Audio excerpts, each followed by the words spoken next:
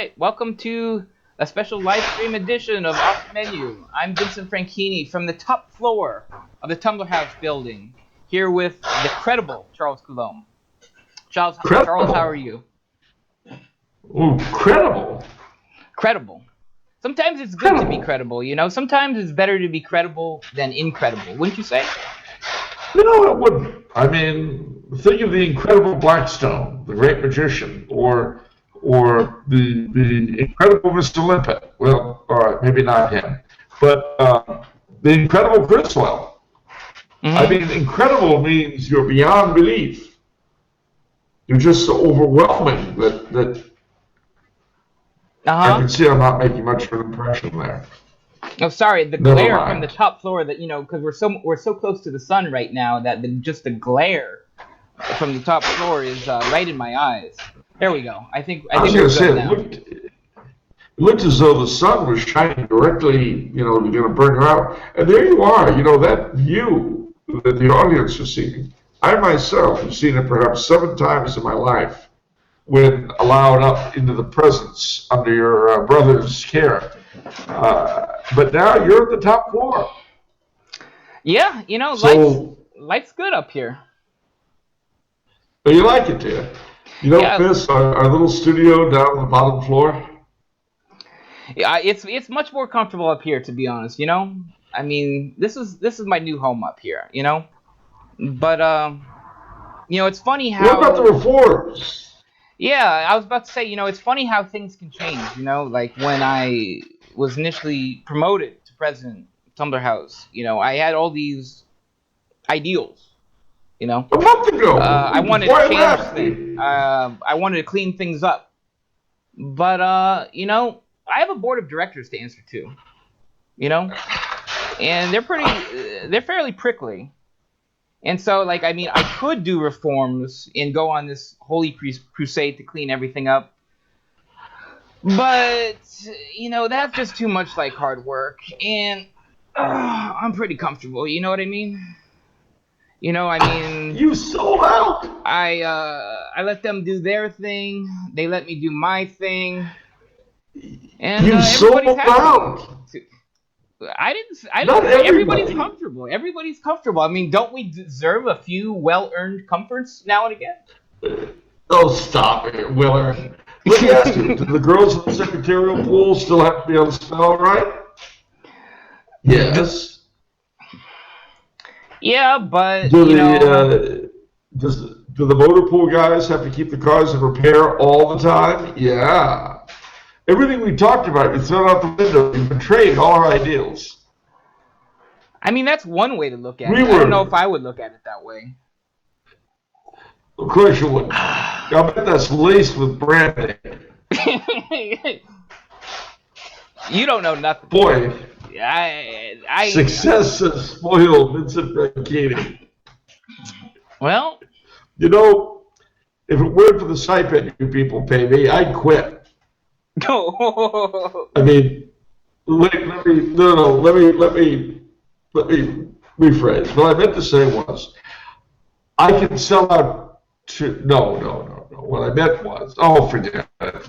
Okay. Anyway, well, I'm happy you're enjoying yourself. Now that I'm over here, I don't have to endure the stares of security and the secretarial girls and the motor pool, the maintenance men, and above all, the delicious fish in the cafeteria.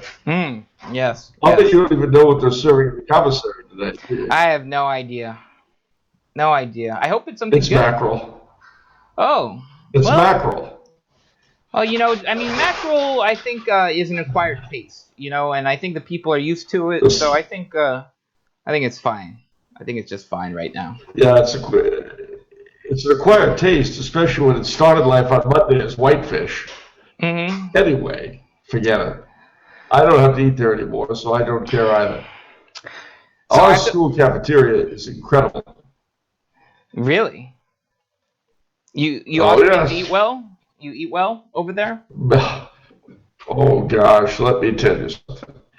For lunch, we had this Knoblauch Koteletten, which are chunks of veal, fairly large chunks, covered with this garlic sauce. Oh. And yesterday, Jaeger Schnitzel. What? The Jaeger? day before, What was that? Jaeger Schnitzel. Jaeger Schnitzel. It's Wiener Schnitzel with Jaeger sauce. And the day before that, goulash over, what do you call it? Spätzle, noodles. Sort of noodles, dumplings, kind of things. And the day before that, Monday, my favorite, Tafelspitz. Wow. Okay. Do they have bratwurst over there in Austria? Which, I'm sorry? Do they have bratwurst over there in Austria? Yes, they do. They have a lot of different sausages and all that, but I haven't seen any on the lunch plate yet. Okay. So, okay. But at any rate, so, I guess here we are. You're in the States. I'm here through a technology unthinkable 10 years ago. Yeah, absolutely. So are you enjoying yourself over there? I mean, how are you holding up without your democratic freedoms and, American freedoms? I mean, it must be pretty rough over there, right? Austro-fascist oppression and all that? Yeah, you bet. Sure. Absolutely. Yeah, it's a real drag. It's just awful. But I'm going to endure it for the sake of mom and apple pie. What? Mom and I'm apple going to pie? endure my lack of American mom and apple pie. Okay. You never heard that? I've never heard that before. They were the symbols of America when I was young. They even made an ad about it. They go together in the good old USA. Baseball, hot dogs, apple pie, and Chevrolet. Was that a Chevy commercial? How did Chevy get lumped in there? No, they were selling themselves as the American car. The implication being that if you didn't drive a Chevy, you were somehow a foreign. Okay. We always sell stuff to Americans on that basis. The real chumps. I mean, they're very patriotic. I meant. Okay. Okay. So I apologize for all our live viewers for the technical difficulties before. I thought we were streaming, but then it turns out we weren't streaming. But now we're there. Everybody seems to be happy. Everybody wants to. Everyone's talking about Tyrone and stuff. That's nice. Okay. Oh, poor Tyrone. I'll bet he's outside your door right now, keeping the oppressed secretarials pool ladies from overwhelming you. Yep. No, it's important. We need good security. We need reliable men that we can trust. We need people who shoot first, ask questions later. That kind of people. Because our safety is important. I'm glad I'm over here. Obviously, I got out of Tumblr House because the getting was good. It's got a rack and ruin in my absence. All right. Well, do we have any questions? Yeah. So we've got a bunch of questions from people. I'm gonna ask. Looks like we got about maybe 10 questions or so. And I guess at the end of the show, if chat's interested, we'll take some questions from chat. All right. Okay. Well, I guess we have to start first with the big news headlines.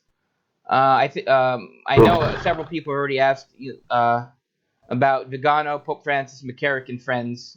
What's your take on all that? I mean, Uncle Ted. Uncle Ted. I'm sorry. Excuse me, Uncle Ted. Thank you. Well, I wish I could say any of it came as a terrible surprise to me. It doesn't. I mean, it just doesn't. Everybody's getting their face rubbed in it now, and people are getting rightly outraged. The Holy Father is just stonewalling. But that is the way this generation of clerics have always reacted to being called out on anything. Mm-hmm. That generation, when they were young, were the people, again, your younger folk won't remember this because, as old as I am. And you folks older than I am will remember it better than I do. But in most parishes, there was a young Vatican II priest. And he was the one who'd come in, and if the orders, or at least the quiescence of the bishop, whatever, sometimes right over the pastor's limited powers of saying, no, please stop, don't do that. Mm-hmm. Toss out statues, and get up to the pulpit and say horrible things. Well, that same man, if you cornered on something, if you challenged him, he'd stonewall, or he'd say, I'm the priest, you're a layman.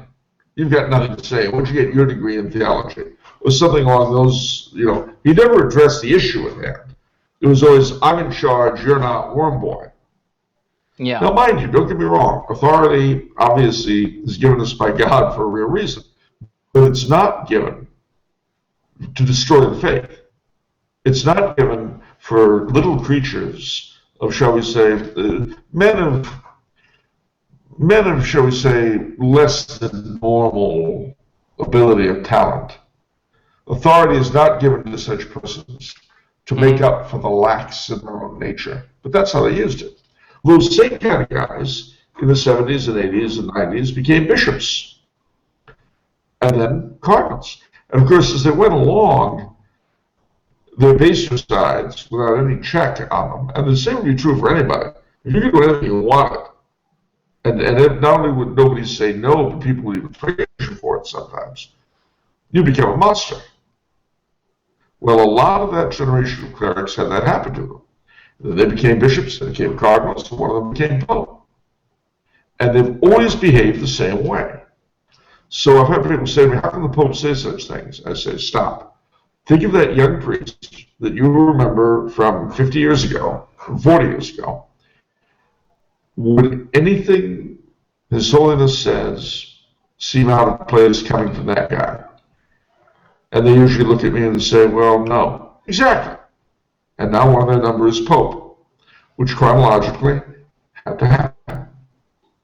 The problem is that generation, for the most part, not all, believe me, there are honorable exceptions who generally got it far worse than the laity did. Because, at the end of the day, the layman could go home. He can turn his back on it all. But unfortunately, the good priest in a bad position is not in a position to just go home. The good religious in a bad order or a bad house or a bad convent, a bad monastery, can't just, say, bye-bye, everybody, I'm going home, you all eat it, the way a layman can. So it's very important to remember that these people went through utter hell, very often in complete silence. But I digress. So, that's where we are now. The really disgusting chickens have come home to roost. But we knew they had no faith. But Pope Francis isn't simply a cleric. There's a different situation going on. In St. Vincent Ferrer's Treatise of the Spiritual Life, he had a really neat trick when it came to being charitable when it comes to judging other people. He chalked it up to a differential in graces.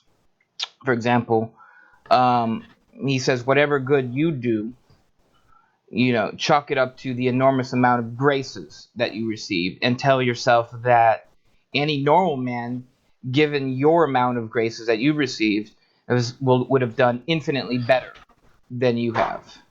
And likewise, when you look at someone else, perhaps they haven't received the same amount of graces you've received. So they don't have the same advantages that you have. So this works for 99.9999% of people. But when you're the Pope and the entire Catholic world is praying for you and you're completely lavished with these graces, it's a challenge for me personally to sort of apply this technique to Pope Francis. And it sort of confounds and bewilders me, and the way I cope is I try not to think about it and try to say, I have access to a good Latin Mass, I have good liturgy, I'm relatively unimpacted. I'm not impacted by this mess. That's how I cope.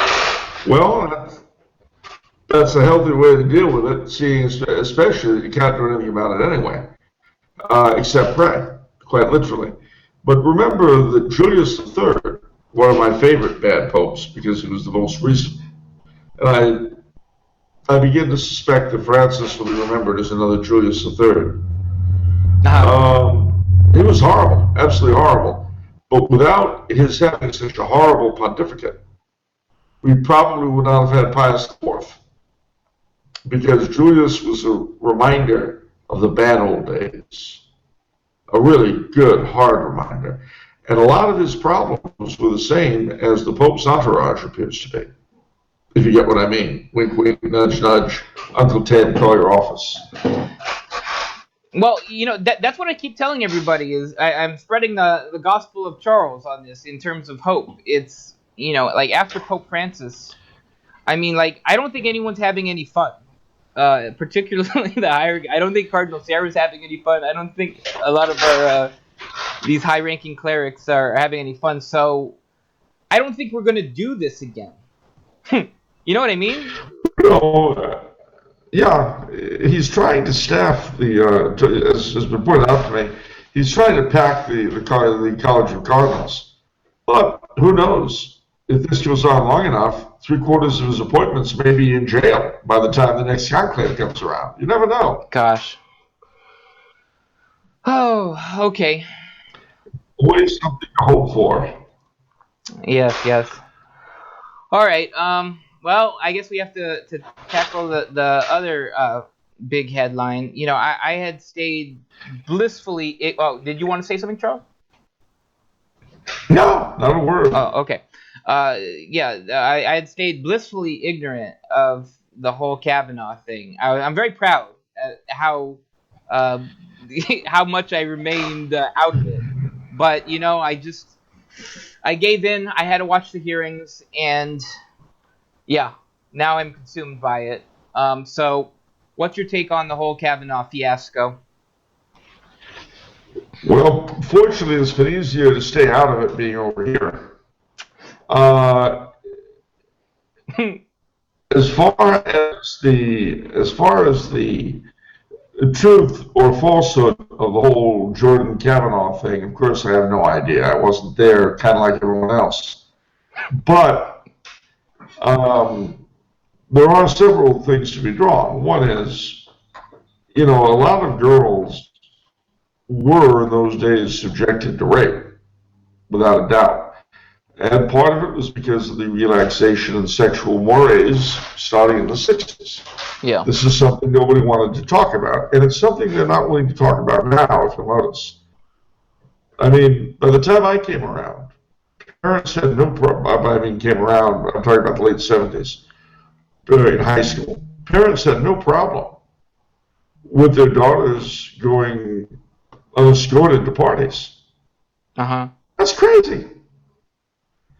That's absolutely crazy. And forget about men being taught how to deal with women decently. That went out the window with a lot of places. I mean, there's a whole lot of societal pearl clutching that's crazy.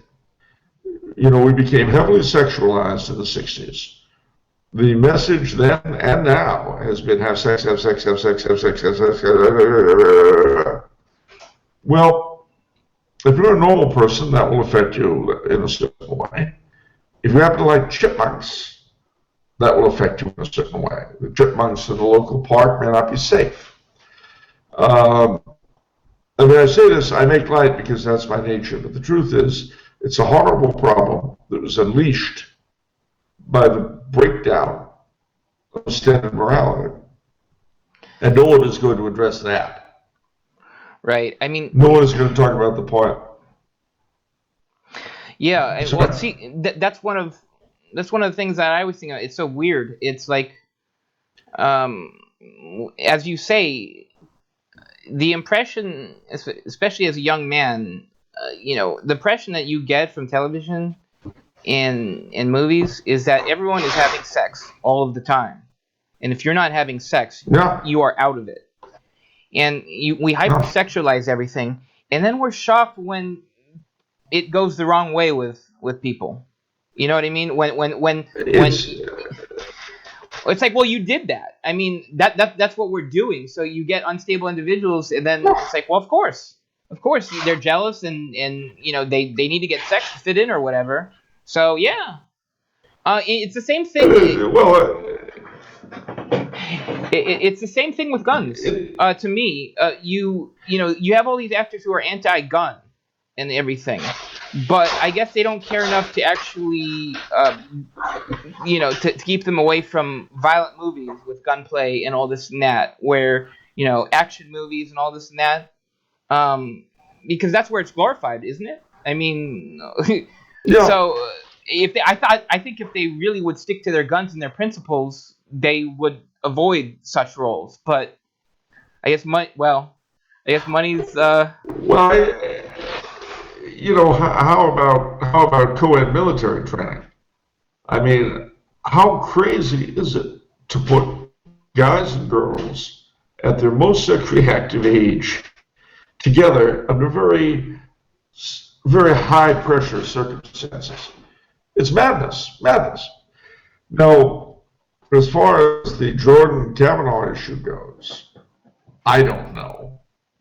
Well, who's telling what? I mean, it was 30 years ago. I wasn't there. Apparently nobody else was.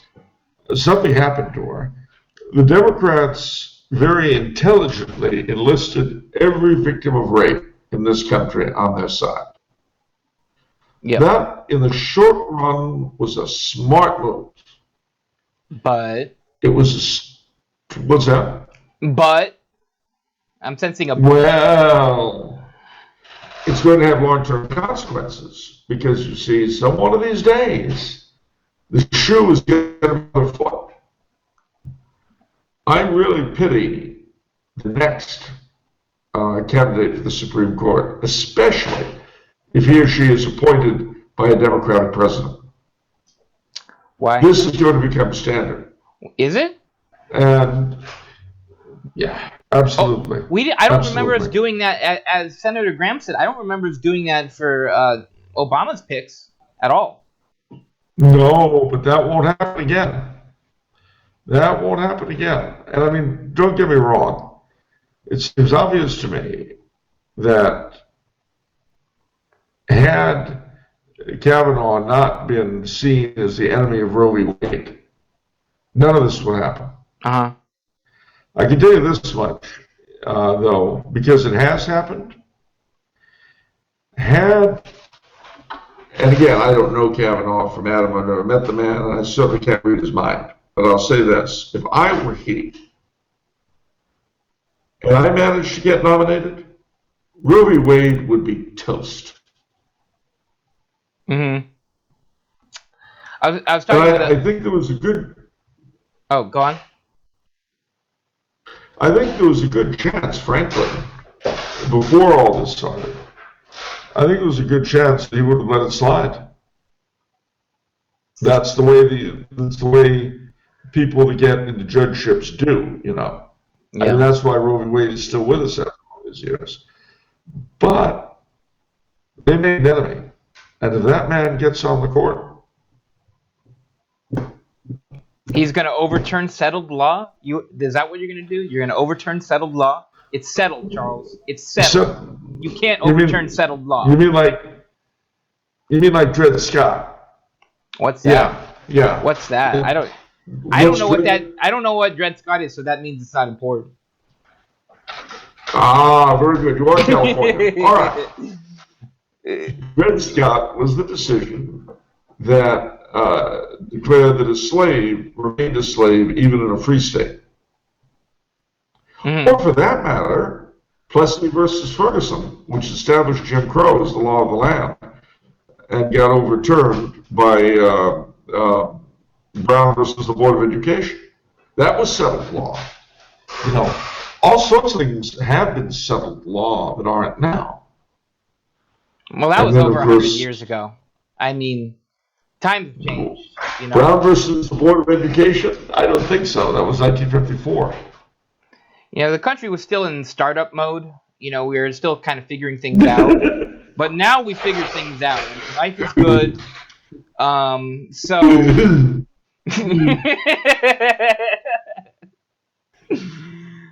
We sure have it out all right. We're stupid. We figured it out all right. But Okay. no, seriously, for those of us for whom abortion is infanticide, plain and simple,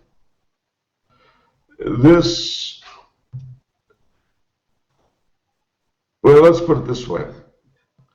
The major danger I see facing the country at the moment is that a large segment of the people that voted for Mr. Trump will lose all faith in accomplishing anything decent through the political process. If that happens, if a very large number feel that way, then there will be portions of this country that are very difficult to govern. And if you have a Clinton-esque regime in power, an Obama-esque regime, with the same, shall we say, unwise method of dealing with law enforcement, I shudder to think of what the results will be.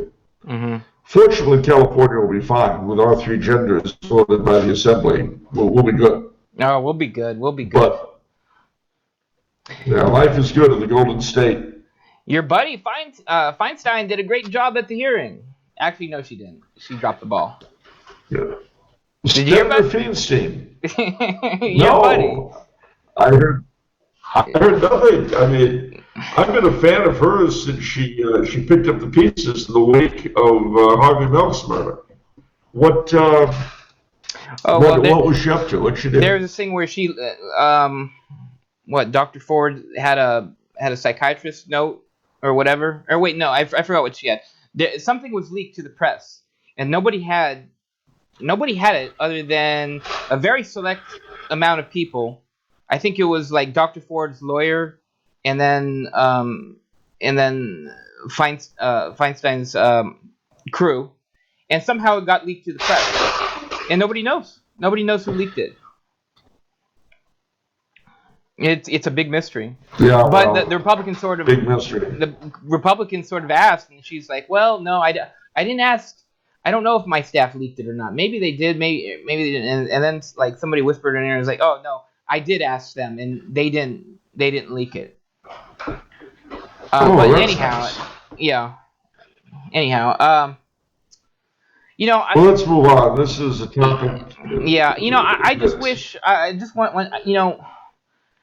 I just wish people would come forward earlier, and that it doesn't take a person running for the Supreme Court to come forward. Like if he never ran for the Supreme Court, she would have never come forward. I guess she would have been content with keeping it a secret for the rest of her life. But because he was running for Supreme Court, she just felt compelled.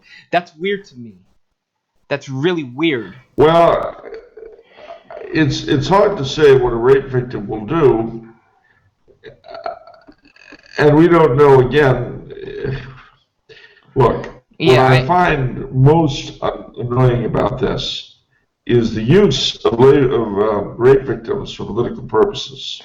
Right. But one thing that I hope will emerge from this is that if you were raped or sexually abused in any way by anybody, report it now.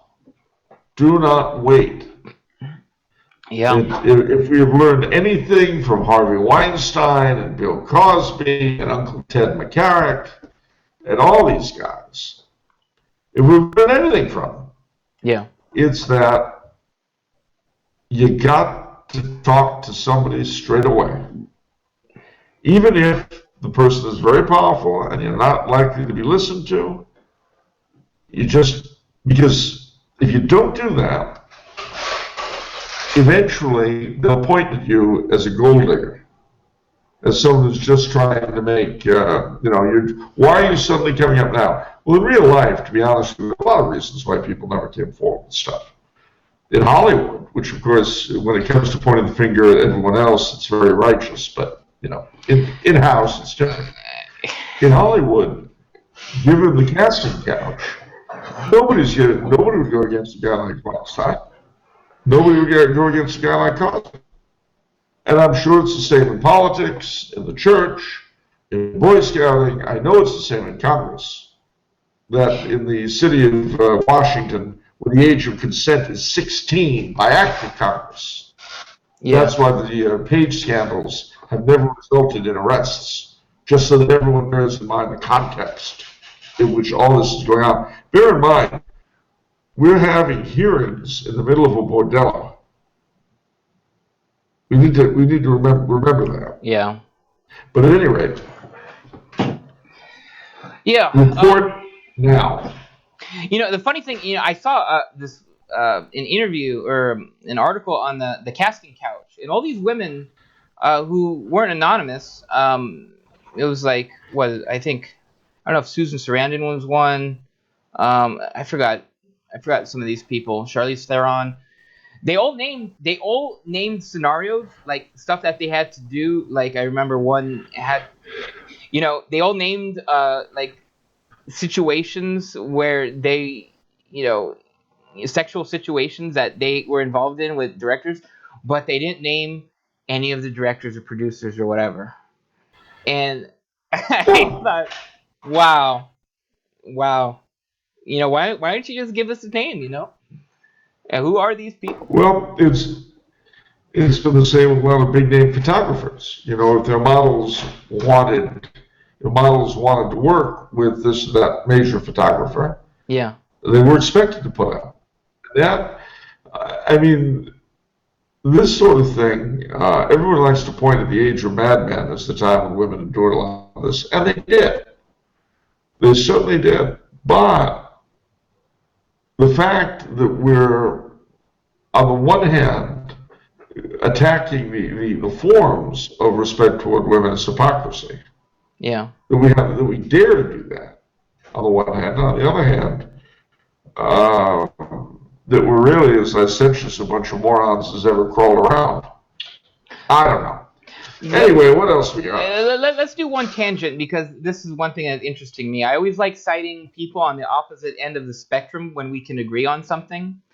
And Sean Penn, you might have heard this a couple weeks ago. Sean Penn said the Me Too movement is a divisive force between men and women, and it's not good. It's it's separating us in a bad way. What do you think about that? Do you agree with Sean Penn?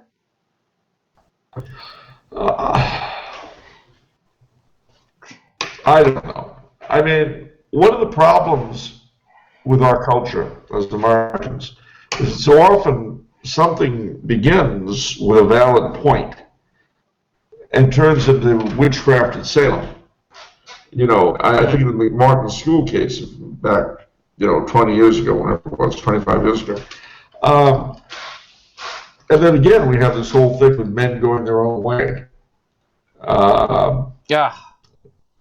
You've heard of that? Yeah. Just for fun, because I enjoy myself a lot. Just for fun, I declared on my Facebook page that 2 women were suing to get in to men going their own way. And I quoted the one non-existent lady as saying that, well, now we can be Boy Scouts. Why can't we now go our own way as men? And then from I got a bunch of nasty notes saying, oh, this is horrible. I had to say, this is a joke. I made it up. And then I just took the whole thing off.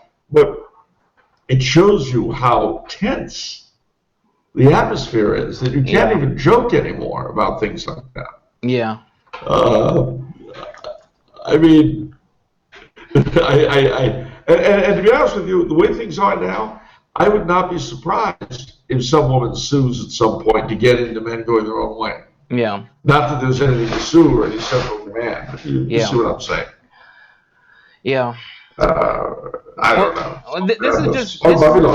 This is one of my conspiracy theories. Well, I don't know if it's a conspiracy theory. I talked about this in I did an interview with one of our other authors, Roger Thomas, and this was a big talking point for me, which was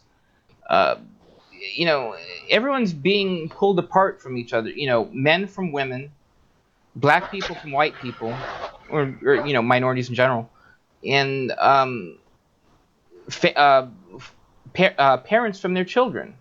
Everyone is being separated. Everyone is being divided up into their respective demographic, and I think that's diabolical.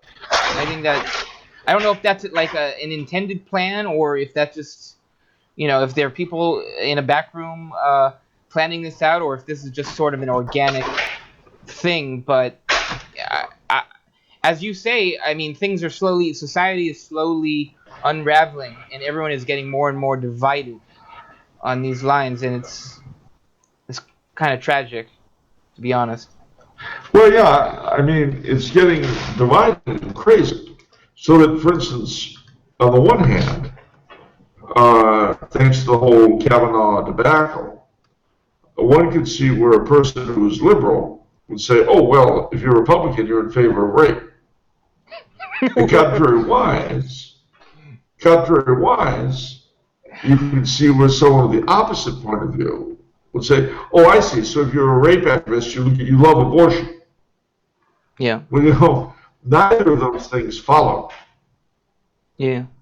And to turn something like rape into a political issue is well, yeah. We should reap the whirlwind, to quote Justice Kavanaugh, whether or not he was guilty. Yeah. Regardless of his guilt or innocence, we are definitely going to reap a whirlwind in this country. Or sorry, in that country. Yeah, I know did the Kavanaugh vote happen? I mean, we're kind of doing this while it's happening, or on the internet. Someone in chat, just keep us updated. But okay, whoa. Okay, are we okay? Yeah. Okay. We have news? Let's see. No, I can't find it, but somebody in the chat, keep us updated. Okay. Next question. What do you think about Father Hess? This has been a pretty consistent question. Well, I really can't say anything about Father Hess. I only met the man once.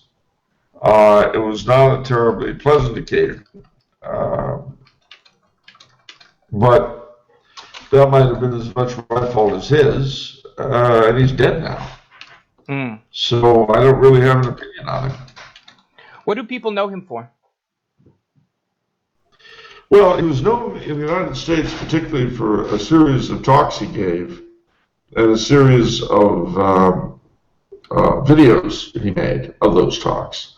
And, he was very bouncy and on camera, which people enjoyed. And he attacked a lot of the things that needed attacking, I guess.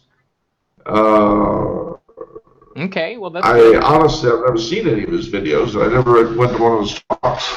So when I tell you I don't really know enough about the man to give you a decent opinion, I'm not being funny. I don't. As I say, my own encounter with him was extremely unpleasant, but that's personalities. And could very well have been at least as much my fault as his, if not more. So I don't know. Okay. All right, next question is from JR. Are there any absolute monarchies today? Would Saudi Arabia be one? Yeah, Saudi Arabia would be one, to the degree that a monarchy could be absolute. Ottoman Turkey, China in the old days. But there could never really be absolute Christian monarchies in the sense that people mean absolute, because the church was always something of a limit on them. Even Henry VIII had to pretend to be obeying the law. He couldn't just come up with stuff. Now, in the absolute freedom states in which we live, the regime is able to redefine marriage. It's able to redefine even what a human being is. That's why the unborn are no longer human beings. That's why in many countries euthanasia is okay. Because an absolute freedom regime has the absolute freedom to redefine reality. No king would ever have attempted to create three genders the way the state of California has. But in an absolute freedom regime, the government has absolute freedom to remake reality. Like our Supreme Court, for instance. Did you just make Do that I? up? The That's an absolute absolute freedom, or freedom. is that original, or did you take that from Yeah. somewhere? Absolute freedom. Made it up here today, an absolute freedom state. Wow, It's absolute absolute. freedom. I think that's gonna catch on. That's great. What that means, of course, what that means is that the state has absolute freedom, not its subjects. But they're told they do, so that's as if they did, only not really. If you see what I mean. Okay. All right. Next question. What type of theological or political differences are preventing the Catholic Church and Orthodox Christianity from reuniting? Well, right now, you have kind of a grotesque situation in both churches. You see, you have the worst possible things implicit in their ecclesiology under whack. In other words, with the Orthodox, they've always claimed that, there's only the first among equals, all the bishops are united by heavy bonds of doctrine and faith and charity and tradition. They don't need governmental unity in all this. And as a result, Constantinople and Moscow are on the verge of open schism over whether or not there should be an autocephalous church in Ukraine. Meanwhile, their Catholic brethren are living under a pope who, not unlike the absolute freedom states that comprise most of the West today, is of the opinion that he can remake Catholic reality out of his own head, and he wants to, which is exactly what the enemies of the Catholic Church, everything the enemies of Orthodoxy on the Catholic side have ever said, are being demonstrated today. Everything the enemies of the papacy on the Orthodox side have ever said is being demonstrated today in the Catholic Church. To put this another way, in the West, authority swallowed up tradition. And in the East, traditions swallowed up authority. And the result is that amongst the Orthodox, they'll tolerate any amount of schism but no heresy. And Catholics will tolerate any amount of heresy but no schism. Now, it's almost as though the two were intended to be together to act as correctives on each other's extremes. And that without the other, each has gone off as strange and wild as it possibly could. Maybe to teach us a lesson. I don't know. The problem with reunion at the moment is that you have hierarchs who are all about themselves on both sides. Yeah. Now, the current patriarch of Moscow, Kirill, back when he was Metropolitan of Smolensk, made an interview with Der Spiegel, the German magazine, which I was quite touched by. And he made a point which deserves repeating. He said, schism is like a divorce. It is the result of sin and a lack of love. Thomas Aquinas tells us that while heresy is objectively worse than schism because it's a malforming of God's word and God's doctrine, subjectively, schism is worse because with heresy, even the heretic thinks he's doing God's will and is willing to do whatever he does for what he conceives wrongly to be the will of God. But in schism, either or both sides are out for number one. They're out to be the big cheese, the master. And that's not a good thing. That's not really why Christ died on the cross. So, what Kirill went on to say was that no reunion will be possible until both sides begin to see the schism as something wrong. Yeah. Both sides believe they can just get along without each other. They don't need each other. But I would say that the fact that we've gone the route we've gone indicates that both sides are wrong in that thought. We have gone crazy we're all down to the reductio ad absurdum. Understand, nothing I'm saying touches upon papal infallibility. which is a defined dogma of the church, and it's absolutely true. But what has happened is you've had this creeping infallibilism, aided by the fact that we had a run of really good popes, which in a sense spoiled the Catholic people. With the case of the Orthodox, they condemned as a heresy what's called Philetism, which is the idea of erecting national independent churches.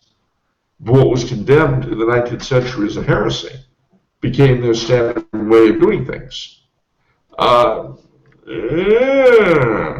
So what's needed to address that? Well, first, number one, the realization that the system is just wrong.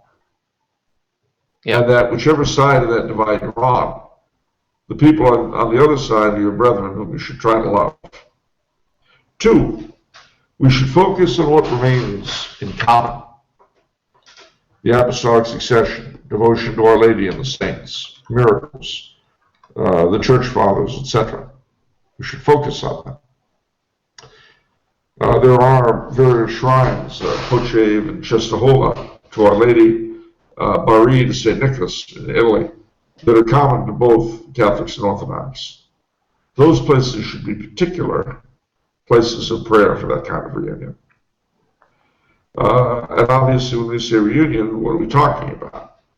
Well, as Pope Benedict XVI has said, a restoration of that union that existed for the first 1,000 years of the Church. And of course, any union that doesn't take into account the rights and witness of the Eastern Catholics, we can't do it either, because those poor guys they've been through hell. Ukrainians and Maronites and Catholic Copts and all those fellows. The importance of their witness to the Church must always be maintained. One of the most horrible things, I think, in my time has been the recent doing of a deal with the Patriotic Church by the Holy See against the underground church, which has suffered so much for its loyalty to the Holy See. Yeah. And is rewarded. You know, our Lord asked, what sort of father would give his son, when he asks for bread, a serpent? I guess we have an answer. The Holy Father. That's not funny. Not funny at all. But true. But that's depressing. You got anything else? Yeah, well, I wanted to touch on one thing because we've been asked this question several times, and I remember one of I thought one of the points, the accurate points that you bring up is the Orthodox aren't going to come to the table until we clean up our liturgy. You know? Yeah, that's very true. I mean, why would they want to be a part of this mess liturgically? You know? Yeah, we Catholics have to regain being Catholic again. Yeah. And that means liturgically, it means doctrinally, it means in terms of discipline. You know, because they use all that as an excuse, but it's a bloody good excuse. Right. Yeah. No, I totally understand that. I totally understand that. Okay, but let's move on. We got a couple questions in the chat. John Ziemba and Elaine McMurrin want to know what you think about Father Kalchik. He's apparently a rainbow flag burning priest from Chicago. Well, firstly, let me say this about that. He did not burn the rainbow flag. Okay? Oh, okay. It was burned. He was told not to, so he desisted. His parishioners burned it. That's the first thing. Okay. Secondly, this was a man who was apparently twice subjected to homosexual rape. Now, wow. Now, once when he was young, when he was like 11, and again when he was a seminarian, and then the second time by a priest, the first by a layman. Now, let's stop and think for a second. Let's put this in context, shall we? The whole country is excited about the question of rape at the moment. Mm-hmm. To a victim of homosexual rape, what would the rainbow flag look like? but a symbol of shame and horror. Absolutely. Now, if a woman had been subjected to rape by, I don't know, a Klansman waving the battle flag, and then she was expected to hold the battle flag at a Confederate remembrance ceremony, what would we think? What would we do? And if instead of holding it, she burned it, what would we say about her? Yeah. Now, we might not agree with her burning the Confederate flag at the remembrance ceremony, but given the circumstances of her rape, we would probably be a little more understanding. Right. That is the position the rainbow flag had for this priest. Yeah. So, for Cardinal Sipich, and a better named prelate than it ever was than Cardinal Sipich, for Cardinal Sipich to declare that this man has to be packed off to a madhouse, to have his two henchmen, who themselves have been compromised in gay scandals, to send that kind of a hit squad after the guy. I mean, what does the Cardinal think he is? Al Capone? I realize they're both from Chicago. I know they're in Chicago. He's continuing the legacy. And to do this, the blood runs true. and to do this in front of a bunch of people. I mean, how stupid. This is the same man, the same Cardinal Sipich, who he comes back from Rome. They said, what's the Pope going to do about the abuse crisis and Uncle Ted, all that? And he says, he's got more important things to do. Global warming, climate change, manhole covers. He's not going down that rabbit hole. I think Cardinal Sipich has gone down a rabbit hole. I mean, I think he's in the rabbit hole. I first came across him, and we first came across him when, you probably knew him before even, but I mean, when Cardinal Sarah suggested the Ad Orientem, and Coupich said, no, you can't do that. You can't mess with the Mass. When, as we know, the Novus Ordo said in numerous different ways at the priest's discretion, and everything's allowed except Ad Orientem, according to Coupich. You remember what I said earlier about that priest, that young priest, who could have whatever crap he wanted pouring out of his mouth? Yeah. And challenged him? Yeah. Well, yes, it's the Holy Father, but it's also Cardinal Sipich. Yeah. All of his minions are that age. They're all that guy. That dog-collared, logic banishing, altar-breaking, dictatorial man who would step on your head in the name of freedom. I remember him from my childhood. I've grown up with him. Yeah. I'm moving toward the further side of middle age, and the blasted moron is still there. No, he won't leave. It's.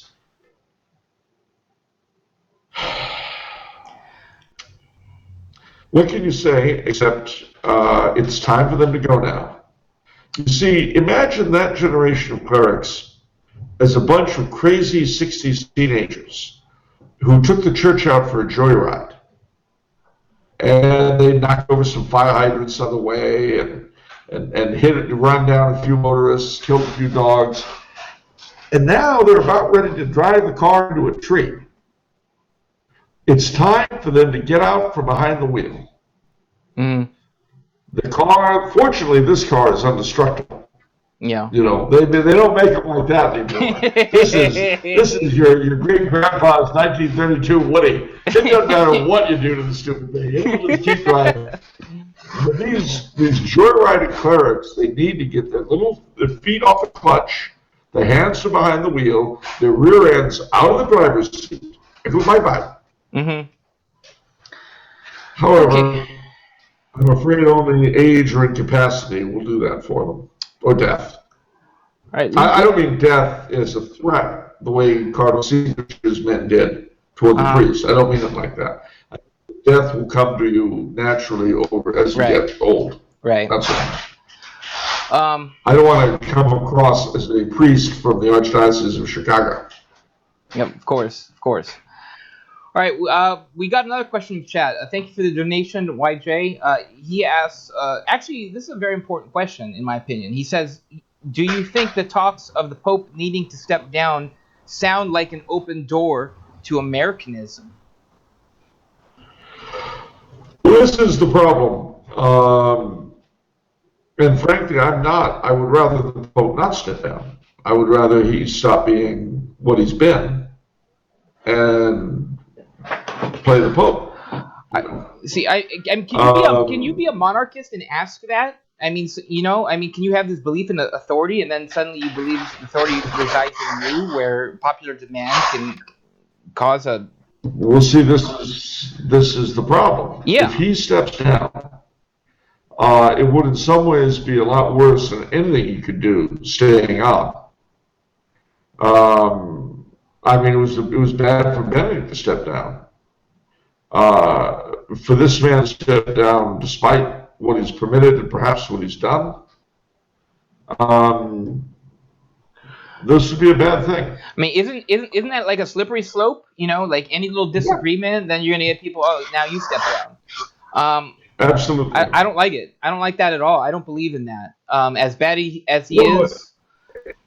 Remember this: sooner or later, as soon as he goes to Pope heaven, we'll have another Pope.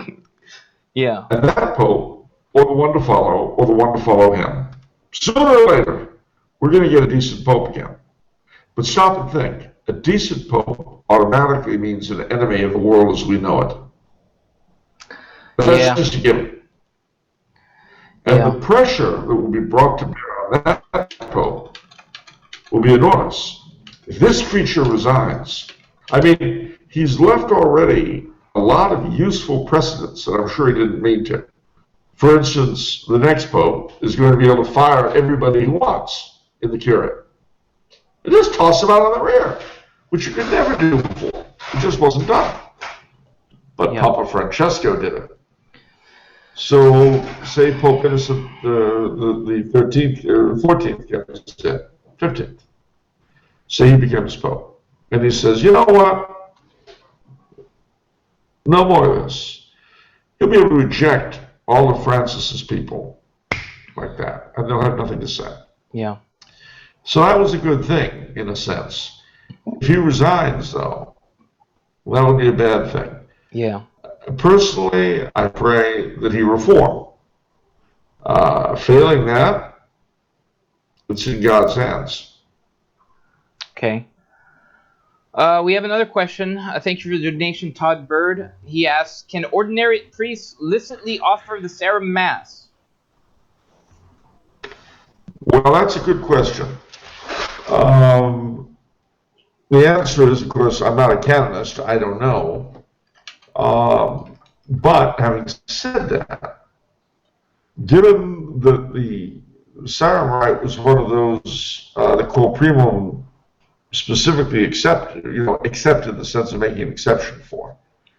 I don't see why not. I could be wrong, because I'm not a canonist, but I've never understood why there would be a problem with doing it. Okay.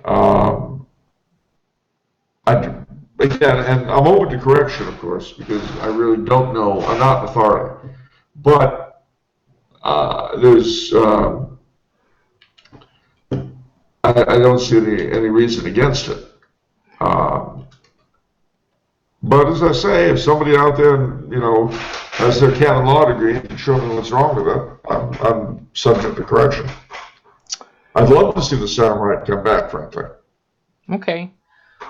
All right, one last question from the chat for now, by Ethereal Catholic. Thank you for your donation. He asked, was Rome ever sacked by Protestant armies? Yes. In 1527, the army of Charles V was partly Protestant, and they were the ones that really, really went to town. Mm. So, yeah, sure. Okay. Charles V was not terribly happy about it, but he wasn't there and he wasn't in command. Okay.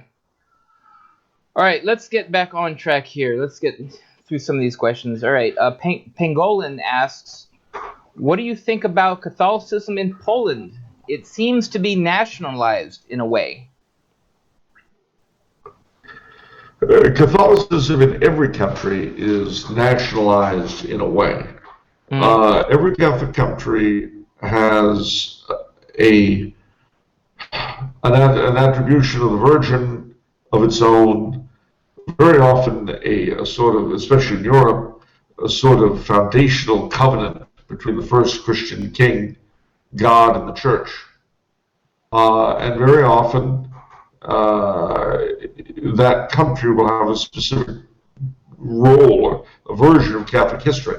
So that Poland, for instance, considers herself the Christ of the nations, born to suffer, as it were. France is the oldest daughter of the church. Portugal is the apostle of the East Indies, and so on. Each of them, Spain was the bulwark of Christendom against the Moors. And their Catholicism in each country is very much bound up with that identity. In America, of course, our Catholicism is very much bound up with getting one of our own into the White House. And we did. And, that was our great end all and be all. What the miracle of the Vistula was for the Polish church, what the Battle of Tolbiac was for the French church, what the Cave of Covadonga was for the Spanish church, the election of JFK was for the American church. Okay. And it happened on my birthday. That's one of your big messages is there is separation of church and state isn't real. There's always some animating philosophy. So, no. It seems like my church may be separated from this. Yeah. I mean, I don't know what religion what specific religion is the United States, would you say? Deist?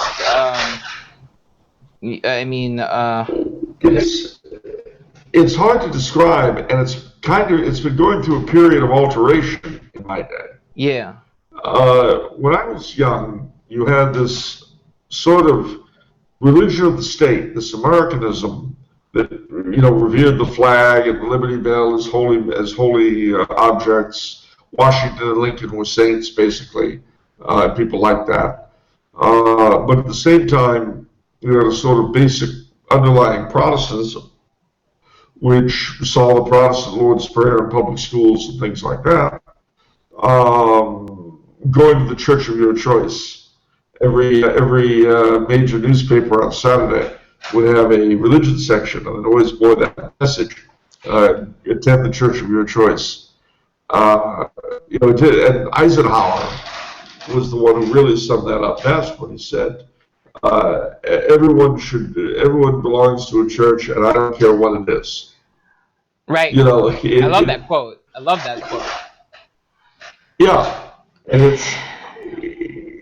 that was our, with a bit of Masonic goodwill, and it doesn't matter what you believe as long as you're a nice person, with a certain amount of Episcopal ritual, with a bit of Unitarian theology, all this stuff mixed together into a bag that everybody could partake of on their own level.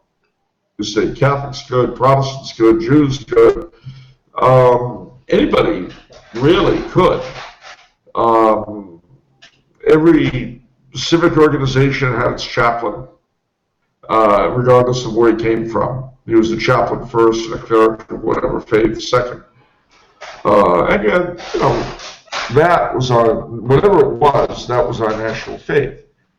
And it was united, above all, with a moral consensus talked earlier about how that declined, rape, and all that kind of thing. Well, not that there hasn't always been rape, of course, but at one point, illegitimacy was frowned on, divorce was frowned on, abortion and birth control were very frowned on. And these were tenets of the national faith, you see.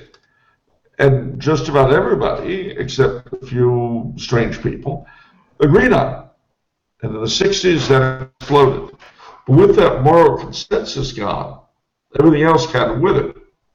So what's the national faith today? Well, there are two of them. One is a sort of militarized version of what I've just described. And that's more or less held by the people who call themselves conservatives. The other is a sort of inverted kind with the new moral code. And those are people who call themselves liberal. But, and of course, the liberal construction would rather be spiritual, not religious. Whereas the conservative wants to hold on to, God, guns, and sound money. Okay. So all right. that's... All right, we got a couple questions from Mike. Okay.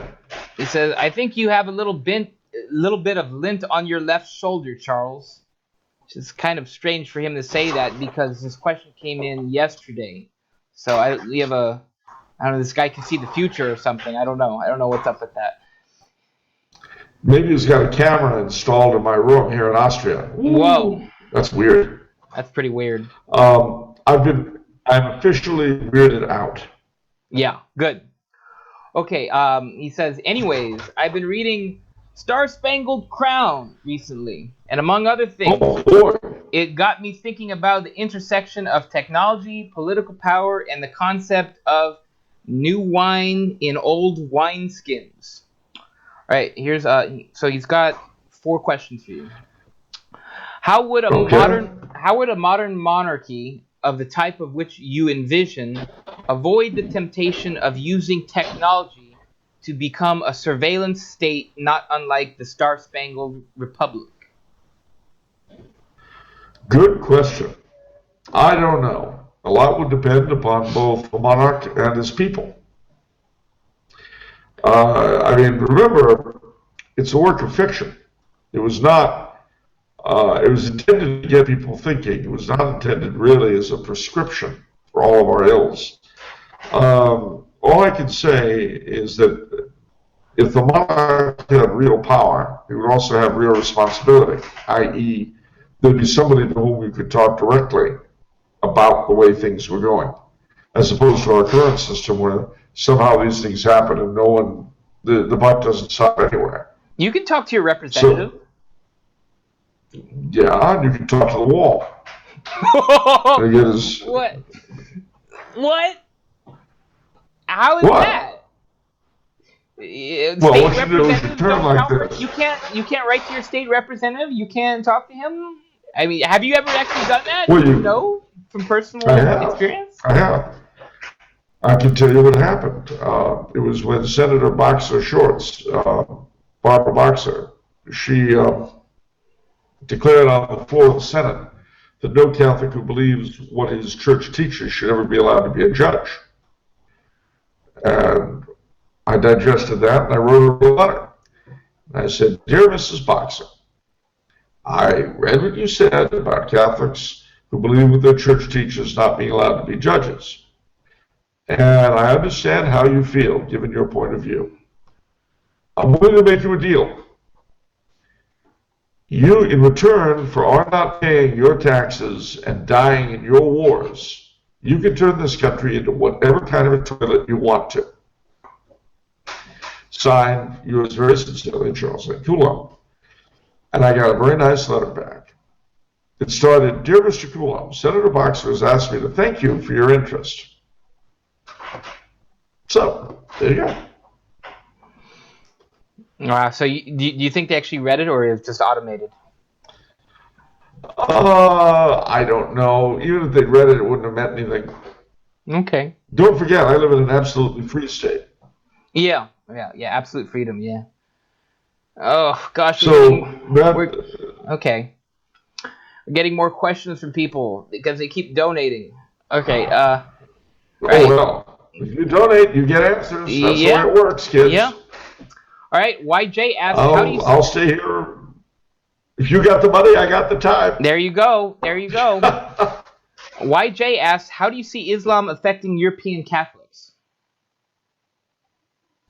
uh, in a couple of ways, three ways actually. One, um, I see them, depending on how things go in the next few years, I see them galvanizing European Catholics and recently fallen away Catholics and people like that. A lot depends on how crazy the Muslims behave, obviously. Uh, in Sweden and Germany and places like that, getting pretty wild up there, pretty wild. Really? So, yeah. So, Wow. I suspect that either Islam will galvanize Europe's Catholics and Christians into living their religion and, if necessary, fighting for it, or it will overwhelm them. Okay. Ryan Mead, thank what you for will your... not survive... Oh, I'm sorry. What? What will not survive is the absolute free state. Oh. The absolute freedom state will die in Europe. What a Debbie Downer. Well, depends. Depends on who it falls to. Okay. All right. Ryan Mead, thank you for your donation. He asks, does Bishop of Rome equal Supreme Pontiff of Universal? That's what he Supreme wrote. Pontiff of Universal Church. Yeah. Well, it does. The Bishop of Rome is the successor of St. Peter, who was the first Bishop of Rome and the head of the Apostles. Now, while I've got your attention, however, there's something important to bear in mind, and that is because we are used to seeing the Pope function most of the time, not as Pope, but as the now disused title Patriarch of the West. A lot of Easterners have a somewhat distorted view, and a lot of Westerners too, of his authority. Because you've got to bear in mind the Pope is several things at once. He's Bishop of Rome, you bet. He's the Metropolitan of the Roman province, that is, the diocese is directly under his control in central Italy. He's the Primate of Italy, that is to say, the top bishop in that country. He is, despite dropping the title, the reality is still there. He is the Patriarch of the West, which means the head of the Latin rites of the Church. And he is the Pope, which means the head of the Universal Church. He functions differently in each of these roles. It's important to remember that. He does some things as one, but not as another. His relationship with the Eastern patriarchs was very different from his relationship with the Latin bishops. Why? For the same reason the relationship of the Patriarch of Constantinople to the bishops in his patriarchate were different from his relationship with the bishops of the Patriarchate of Antioch. Okay. Something people don't understand, don't remember. So, what actually is attributable to the Pope as head of the Universal Church and as head of the Western Church? Those are two different things. And because of the defection of most of the East, it is a distinction that has been lost sight of, both in the East and in the West. And as Pope Benedict XVI says, we really have to go back to the first 1,000 years of church history to see how that operated. Basically, the way it usually operated was that the bishops of the East would consult the Pope if they ran into a doctrinal or political problem they couldn't solve on their own. That's, in other words, it was the court of last resort. Mm-hmm. Otherwise, they're on their own show unless something like that would happen. An important thing, too, to bear in mind that our Eastern brethren often forget is that just as their view of the West has been shaped to a great degree by things like the Fourth Crusade, the Western view of the East has been formed by the fact that, A, the emperors of Constantinople and then later the czars had an enormous amount of control over the church. And then, of course, the sultans of Turkey from 1453 to 1928 appointed, the year 1922, appointed the Patriarch of Constantinople. That was called the Turkarchia. Even with and under all of that, you had waves of heresies coming out of the East. Arianism, Nestorianism, monophysitism, which at various times were championed by various Eastern prelates and occasionally by emperors. And that colored the Western view of the East. We have all of these historic views that have to be understood by the opposing side and then discarded for oneself. In other words, not held on to as a reason to hate, is what I mean. But anyway, I digress. Go ahead. What else you got? Right, Christopher Dittmar, thank you for your $5 donation. He says, I'm doing a project on Joan of Arc for one of my college classes, and I'm wondering if there are any books you would recommend for the topic. Oof. Yes, I would. Of course, there's always Mark Twain's Joan of Arc, simply because he was anti-Catholic and loved the Maid of Orleans. I would go online.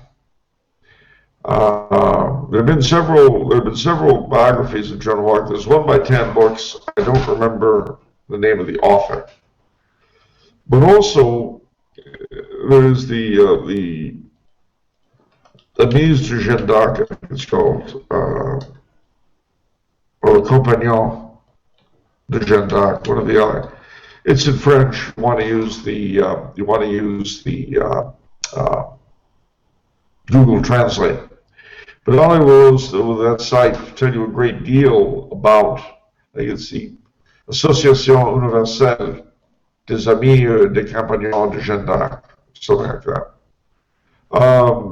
It looks like Association Universal des Compagnons or des Amis of Jeanne d'Arc. Use your Google Translate on that site, and they'll bring you all sorts of interesting stuff on the internet, to include a very good selection of books in French, many of which are available on the internet and can also be more or less read with the aid of Google Translate. For that 10 books recommendation does John Beavers, does that sound like the author? John Beavers? That sounds exactly like it. Yeah. Okay. Yeah. There it is then. Okay.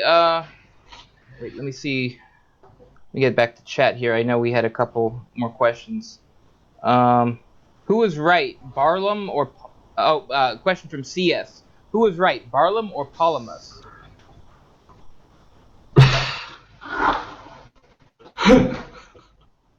That is a question for which I am completely unqualified to answer. What's the issue at stake there? I mean, what is that? You got me. I can look it up. But I have no response. All right. Could you repeat the question, as we say in Senate commissions? Who was right, Barlaam or Polemus? Barlaam. Baldwin. Barlaam, like a bar, like your favorite bar place. Oh, Barlaam. Oh gosh.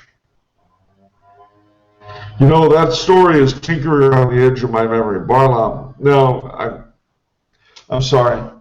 I can't give you an answer. Okay. And you gave another donation. Thank you, CS. I have to say this because this is cool. More money because you're my favorite Catholic supremacist.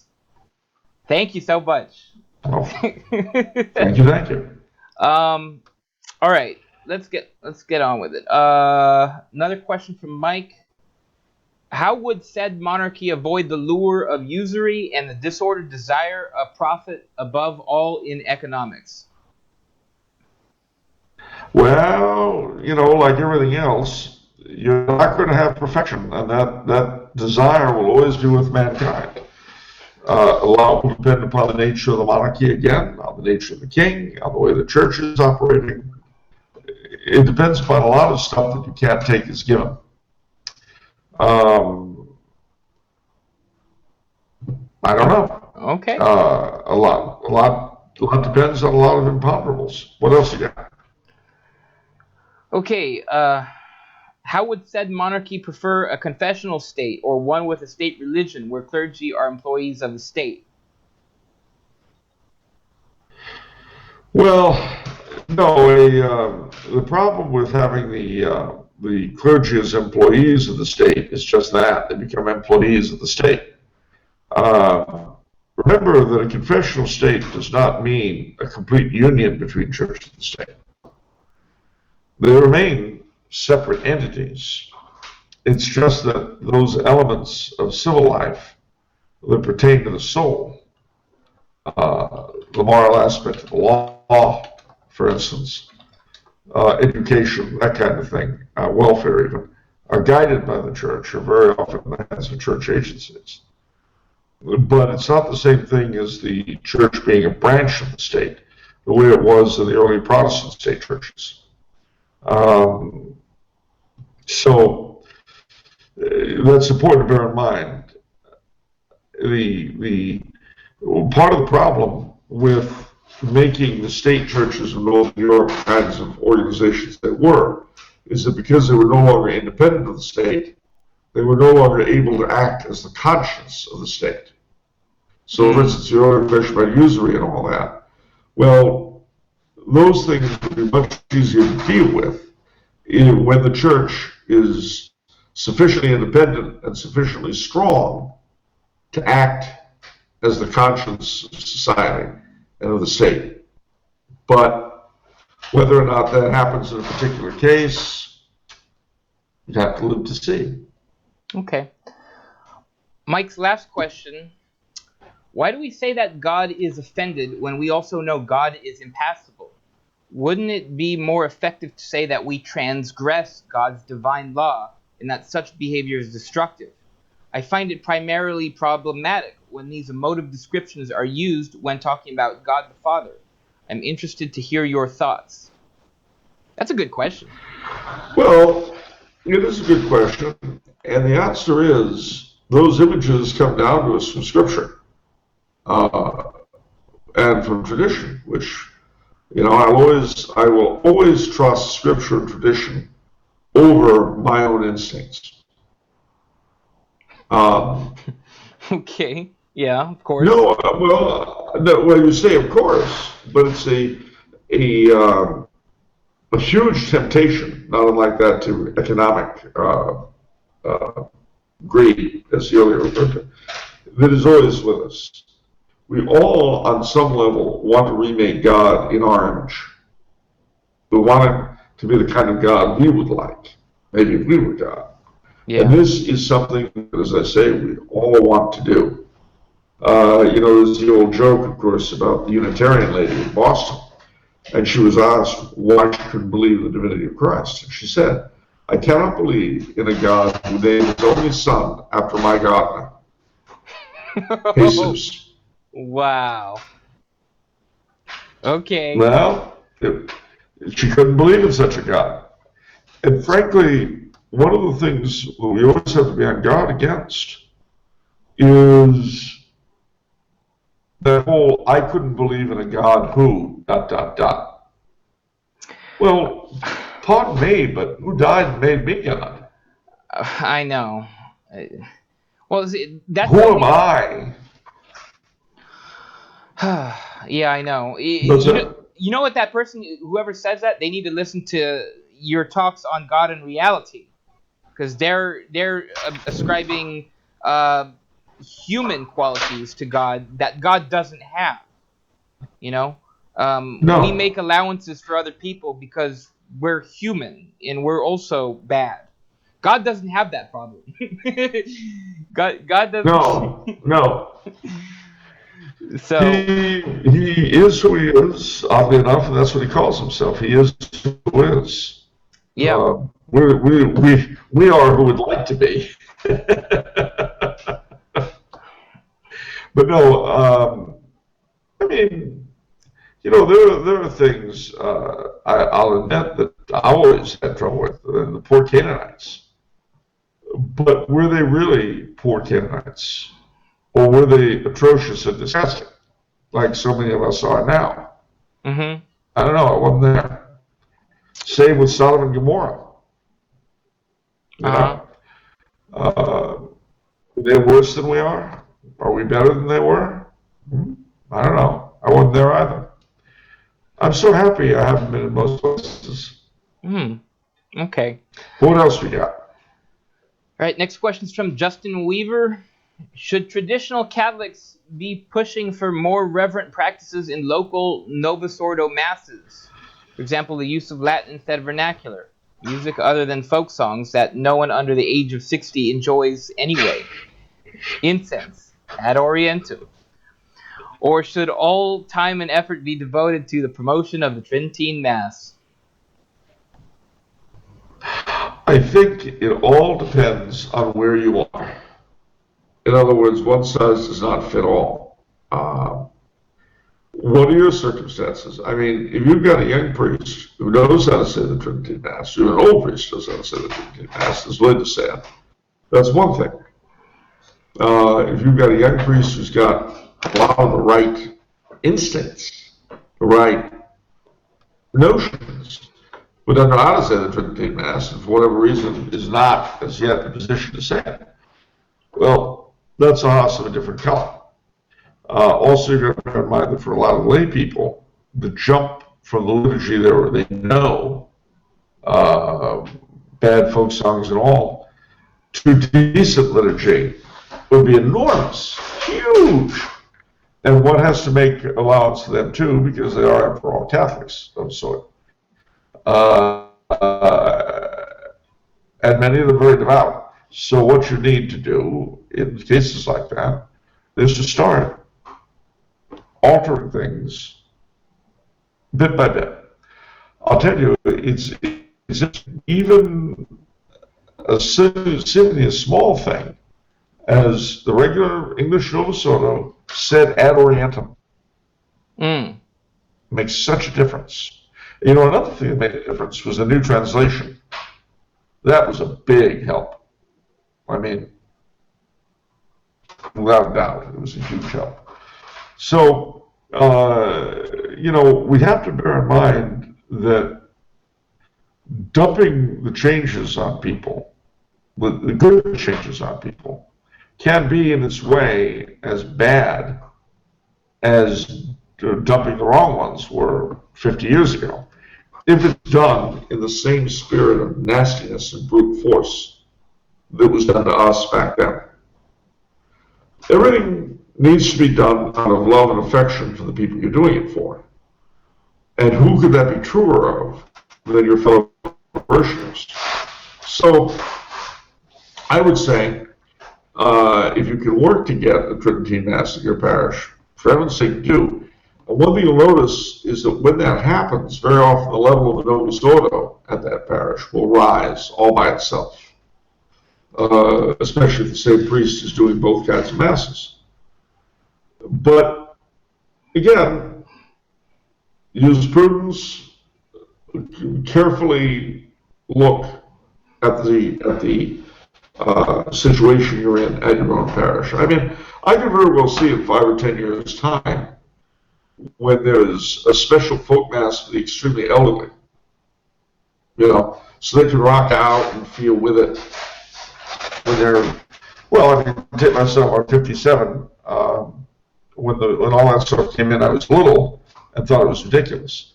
But if I'd have been 10 years older, maybe I'd have, been with it. Okay.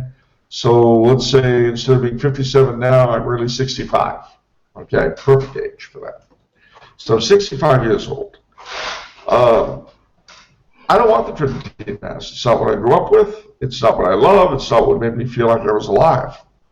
So you need a special folk Mass for me and my elderly brethren, where we can sing Michael Row the Boat Ashore and all that stuff. Maybe we can all hold hands during the liturgy. Stuff like that. And mind you, it would be a very special Mass for very special elderly people. Okay. Another question from CS. He writes, favorite Catholic theologian? Are you a staunch Thomist? Are you a staunch Thomist, Charles? Well, no. I'm not a staunch Thomist, but that doesn't mean I hate St. Thomas by any stretch of the imagination. Mm-hmm. I mean, you can't be. It's just that I think that eliminating every other doctor of the church and all the fathers was probably a mistake. Mm-hmm. St. Thomas, Lord knows, contributed a great deal to the church. And he still does. And so have a lot of his followers. Not all of them. Some of them have given us real nickies. And then, of course, you've got people like Karl Rahner who call themselves transcendental Thomists. That could be anything at all.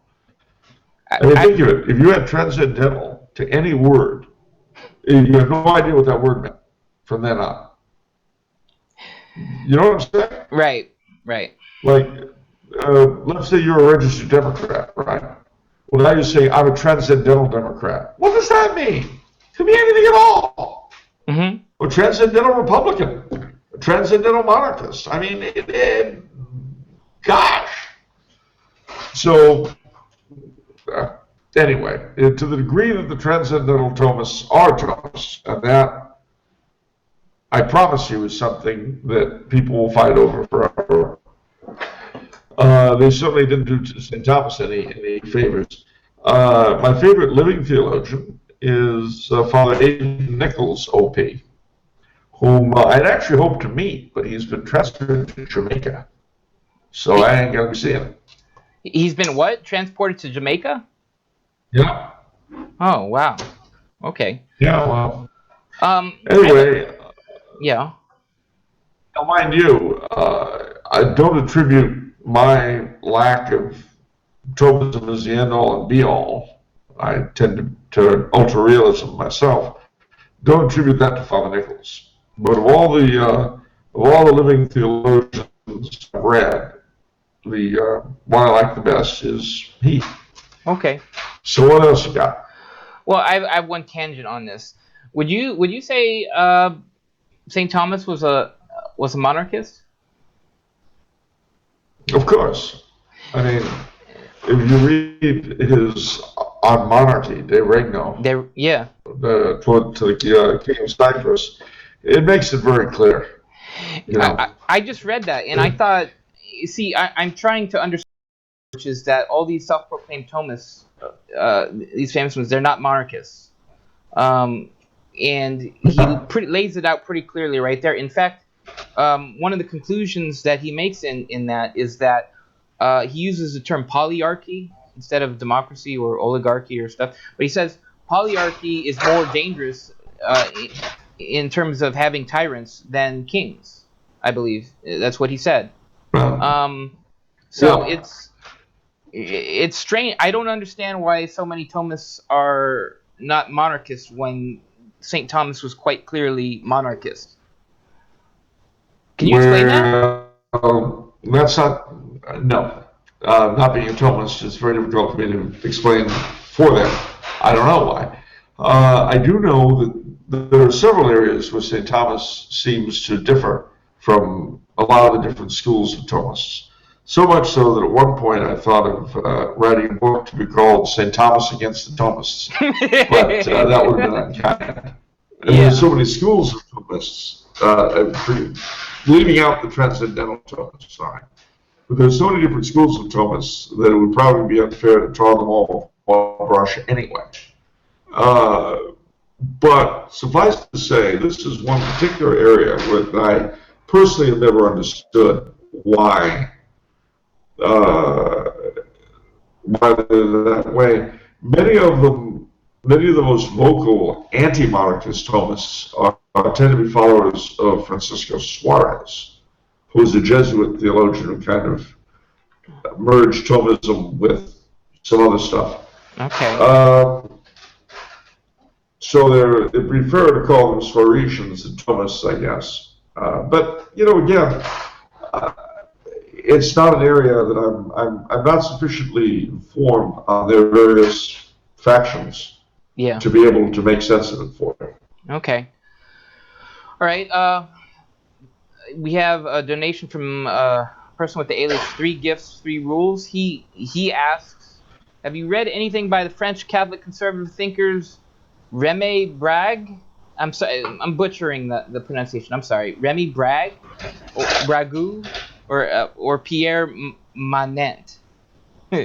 I'm sorry, I'm butchering it so badly, these pronunciations. Well, all right. Could you spell the last name of the first one? Brague.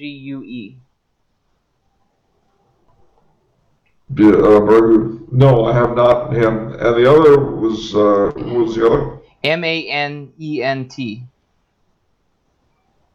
Manet. Yeah, Pierre. Yeah. Pierre Manet. Yeah. Do you know this people? No, I have not. I do not. And I will make it. I'll make it my business to get to know them. That's all I can do. I don't know everybody. Okay. But I'll have a look at them, and then I will tell you what I think after I've done so. Okay. That is a promise, especially because you gave a donation. Okay. I have one last question for you, and then we're done. So if anyone in the chat has any questions for Charles, provide a little donation, ask a question, and we'll ask Charles. But my last question for you. So a new book came out, The Fall of Gondolin, where I guess Christopher Tolkien took the rest of his dad's. Is it his dad? Yeah. Yeah, his dad's writing, and I guess he perhaps added a little bit himself. The blurb is the final work of J.R.R. Tolkien's Middle-earth fiction, completing Christopher Tolkien's lifelong achievement as the editor and curator of his father's manuscripts. Does this excite Charles, or is this tainted and Christopher Tolkien doesn't quite cut it? Well, I wouldn't say that. I mean, he's done yeoman work in bringing out his father's unpublished and unfinished manuscripts. I mean, he's brought them out tons. I kind of lost track. I couldn't keep up. He brought out so much of it, frankly. And I'm glad he did. Let me just say that for starters. I'm really happy he did. The problem is that it's just not the work as Tolkien would have wanted it to appear, as his father would have wanted it to appear, simply because he wasn't around to do it. I don't fault Christopher Tolkien in the slightest for doing what he's done. But it doesn't excite me in the way that the discovery of a new manuscript that had just been ready for publication, and he died just before sending it out to the post. Now that would excite me. But it as a lover of the Lord of the Rings, as a lover of Tolkien's work in toto, I'm glad he's added to it. I'm sorry there isn't any more, but it has been his life's work getting it all out. And it's interesting. Tolkien's cause for canonization has just been introduced, and it's funny that this last work should appear the year after that happened. Okay, we have a question from Glenn Forbes. He says, a Novus Ordo priest recently told a friend of mine who is baptized but not confirmed that he can't receive communion. Is this true? I looked it up. It seems to be against canon law. Well, yes and no, no and yes, in the sense that up until the time of Pope St. Pius X, in the Western Rite. In the Eastern rites, you receive baptism and confirmation and First Communion all at the same time when you were an infant. They did them all at once. By the time of Pope St. Pius X, the tradition was that in the West, that you were baptized, then you were confirmed, and you only received communion after your confirmation. Well, Pope St. Pius X came along. He was the Pope of early and frequent communions. He said, no, you can receive your first communion before your confirmation. And that has been what most of us are used to.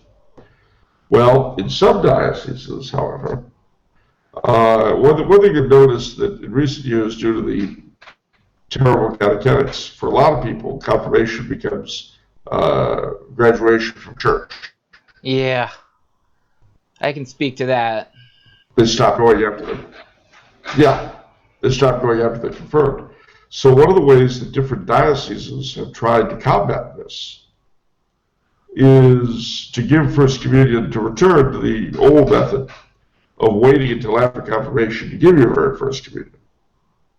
Also, there's the fear that a lot of people today, again, because they were badly catechized as children, got First Communion without really understanding what it was all about. And if you could put that in the context of nobody ever genuflecting to the tabernacle and communion in the hand and all this. I mean, I remember 20 years ago anyway, in the Archdiocese of LA, the First Communion instruction said they don't have to understand transubstantiation. All they have to realize is that this is a special bread. Well, you know, when you've got the diocesan catechetical people having that kind of dribble, it's no surprise that you produce people who have received communion, don't know what it really is, get confirmed, and then they graduate from church. Makes perfect sense. Yeah. If you sow garbage, you get morons. All right. So I don't know the situation that this gentleman is in. I would not be surprised, however, if he lived in a diocese which has recently restored the original discipline. If that's the case, and again, I'd have to say if, because I don't know, but if that's the case, I would suggest you get confirmed as quickly as possible, because that's precisely the kind of thing that a bishop does have jurisdiction over. Now, mind you, that's not true if you're in danger of death or something like that. But presuming everything else is all right, then get confirmed. Of course. You should get confirmed anyway, so you'll do that. Okay. And remember, once you've gotten confirmed, it's not graduation from church. Yes. It's very important. All right. Joseph B. with a $3 donation. He asks, should a young man attend an SSPX seminary?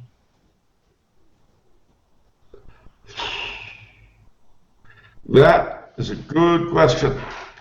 And it's a question that I'm not in a position to answer because I'm not the young man in question.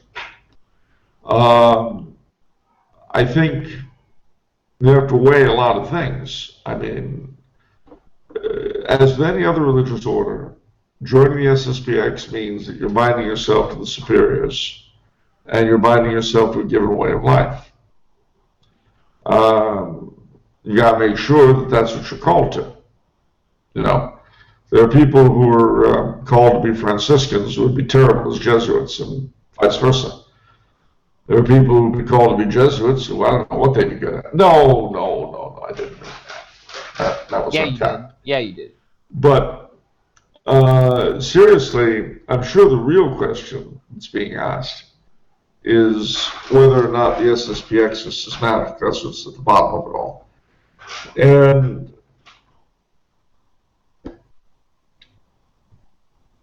I got to tell you, personally, I can't see anything against them, given where we are. You know, back when Cardinal Mahoney was running Los Angeles, we were in a state of material schism from Rome, if schism means anything. And nobody cared or minded. Yeah. You've got to weigh those questions, I'm afraid, in your own conscience. It's the kind of thing, if you decide you got to do it, I won't condemn you. If you decide you can't do it, I won't condemn you. I have no problem receiving from their priests myself.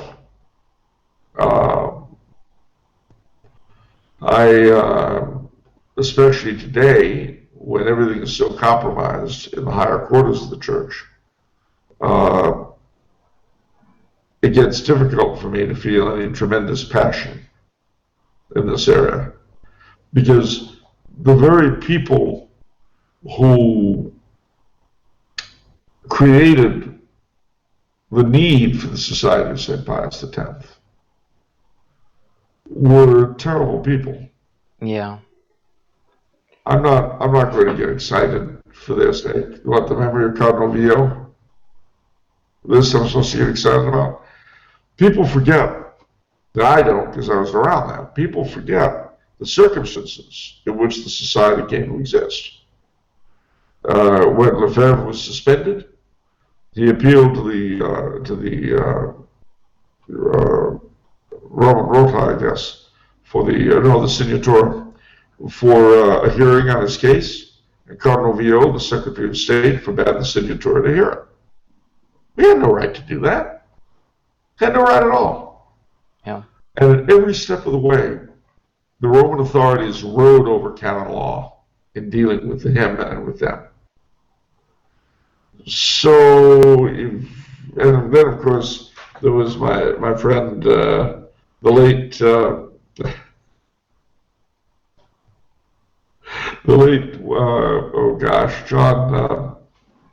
I've just got blank on his last name. He wrote Return to Christian Culture, John Sr., Harewood Sr.'s brother. John Sr. made the point about Archbishop Weakland of Milwaukee. He said, if Weakland's in, who's out? Yeah, it's a valid point. I mean... Well, if McCarrick's in, who's out? Woo! Hey, Uncle Ted.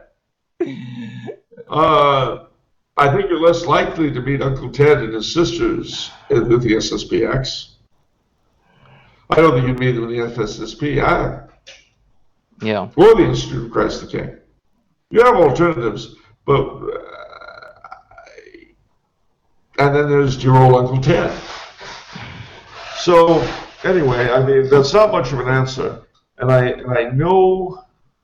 When people ask questions like that, ladies and gentlemen, I know they want an authoritative answer. An answer they can take to the bank. I don't have it. I'd be lying to you if I pretended I did, and I suspect that anyone who says they have it are lying. Why? Because, to quote that evil, disgusting, worthless human being, Thomas Paine, these are the times that try men's souls. In church and in state, everything's got quick pay. Woo! We're off the planet, ladies and gentlemen. We've lifted off. Only Rod Serling would really understand where we are right now. It's true if you're Catholic. It's true if you're Orthodox. It's true if you're American. It's true if you're European. It's all got quick pay. So, what does that mean? It means we have to rededicate ourselves to what we know to be true, despite anything and anyone else. Our Lord, Our Lady, the sacraments, the saints, devotions, the angels. That's real, ladies and gentlemen. That's real. The rest of it has varying amounts of reality mixed with drivel. And I cannot give you a firm answer when there's chunks of drivel integrally bound up with the question. And not only that, you can't be expected to be responsible for your answer. to those questions. The ones who are responsible for giving authoritative answers to those questions are the very ones who have brought us out here to cloud cuckoo land. So, I can give you tentative answers to particular questions like that. I may be wrong. I do not condemn anyone who gives you a different answer than I do, because none of us are in a position to give authoritative answers. So, I tell you that I wouldn't have a problem with your going into the SSPX. I wouldn't. Not at all. Not the slightest. Catholic evangelist Bob says it'd be terrible to be an active schism. Huh? That's what Catholic evangelist Bob says. And I know exactly why he says it. I understand it completely. I think he's wrong. Wrong as wrong can be. But it's not his fault. Just as it's not my fault if I'm wrong. It's not your fault if you're wrong. Authority is a two-way street, you see. We must obey, but they must lead. And leading does not mean leading over the cliff. That's lemmings, you see. That's not leadership, that's lemmings. Yeah. My late father, God rest him, had a cartoon over his desk. I've never forgotten it. It showed a bunch of lemmings rushing over a cliff. And one of them is sort of standing aside, not running over, and looking. He's got a kind of quizzical look at his little lemming face.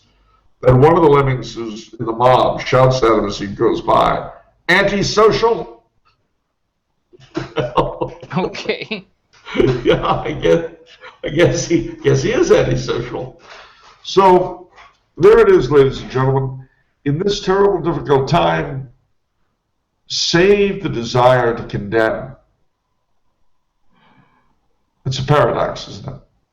A time when we have to very often make choices against what we would do normally. I'm not speaking about morals, obviously those don't change. I'm talking about prudential choices like joining the SSPX or going to, where one goes to Mass, or how one, like the earlier question, should we just push for the Tridentine Mass? Or should we do gradualism, whatever? Those sorts of questions, ladies and gentlemen, at this stage, there are no authoritative answers. There are none. You can pray very hard that you know what you're doing. But you always got to be open to the fact that maybe you're wrong. Maybe you don't know. I give you, ladies and gentlemen, in these areas, the answers that I think are true, that I think are best, based on my reading, what knowledge I have, so on and so forth. But they're all provisional until such time as we get a pope and bishops who have their heads screwed on tight and put the salvation of souls above every other interest. That is what we are lacking to see. That's what you don't see in our hierarchy. That's what you don't see in the Orthodox hierarchy, is a desire to put the salvation of souls above every other consideration. Now, our own people are easy enough to bag upon, but stop and think for a second. The Patriarch of Moscow and the Patriarch of Constantinople were more interested in the unity of the Church and the salvation of souls than anything else. They'd find a way to deal with the Ukrainian issue. And they would. But it's not the fashion for hierarchs today to look at things in that way.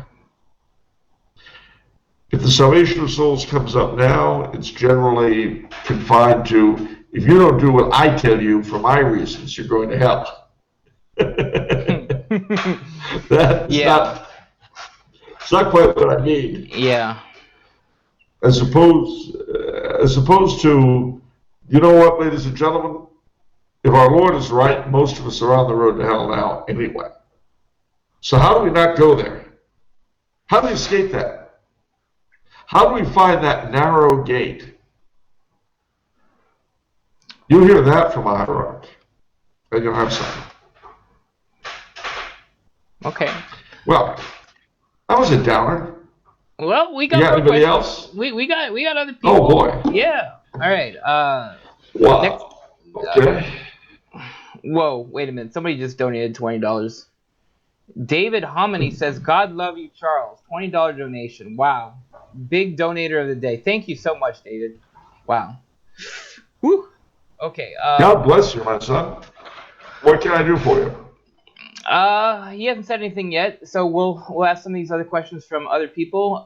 Samuel Wright with a $2 donation. He asks, or he says, discuss Saint Simon of Trent and other blood libel saints. What does that mean, blood libel saints? What? I'll tell you. See, this is something I do know. Oh, good. But I'm not telling. What?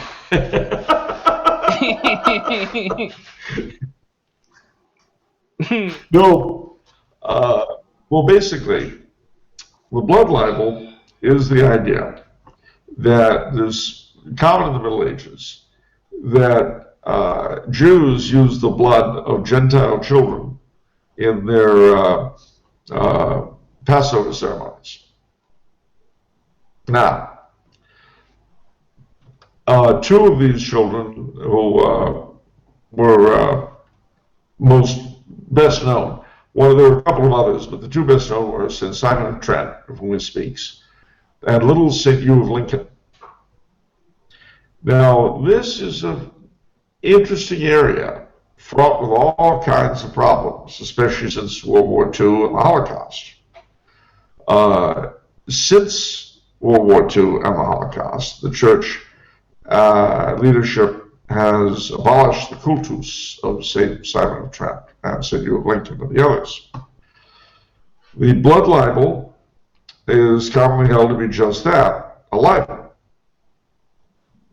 Okay.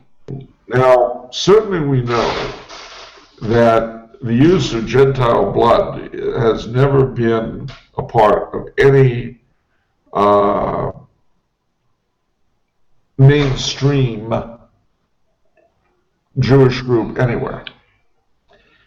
However, it was a Jewish friend of mine that suggested to me, from his studies of Jewish history of the Middle Ages, having studied some of their magical groups and so forth, and people like Sabbatai, Zevi, false messiahs and so on. He was of the opinion that that sort of thing might have been done by strange and weird fringe groups, who, of course, if in fact that happened, their being Jewish would give a bad name to everybody. I don't know if that's true, for a good reason. A, I haven't studied it, B, I wasn't there. So since the two means I have of knowing anything, personal experience and study, are denied to me, I have to give a big I don't know. Having said that, do I think it was a good thing to get rid of the culti of St. Hugh of Lincoln and St. Simon of Trent? No, I don't. Because, if anything, today they would serve as patrons of aborted children, murdered children. Which I think repurposing them, as it were, would be better than trying to abolish them. And the fact that people had miracles through their intercession, you don't want to play with that. But so as I say, when you consider how much violence, not just through abortion, but other things, how much violence and damage are done to children every year, if you remove the whole blood libel thing, I still think you've got quite a credible cultus going. I leave to scholars of medieval Jewish history the rest of it. I'm not one, so I don't count. Okay. All right. Next question is from Christopher Dittmar. Thank you for $5 donation. He asks, would it be constitutionally permissible for a member of Catholic clergy to run for president of the United States, given that the Holy See is a sovereign entity? The answer is not anymore. not since John Paul II forbade the practice in the 70s. That's why the very pro-abortion Jesuit Representative Dryden had to resign from Congress so that Barney Frank could take his place. Massachusetts being a refuge of good Catholics, as we know. No, I mean, there have been many clerics who have been involved in electoral politics, and several have been heads of government. Muncie Disciple in Austria comes to mind. There have been a couple of others, but it's no longer possible now. Before John Paul II made that rule, there was nothing in canon law against a priest running for president. Given Father Dryden in Congress, though, I think that's something we could skip. Okay. Let me see if we have any more questions here.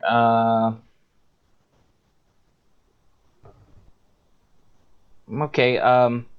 Astro X. Oh my gosh. What is your take on the Jewish question? Is there any proof that it's true?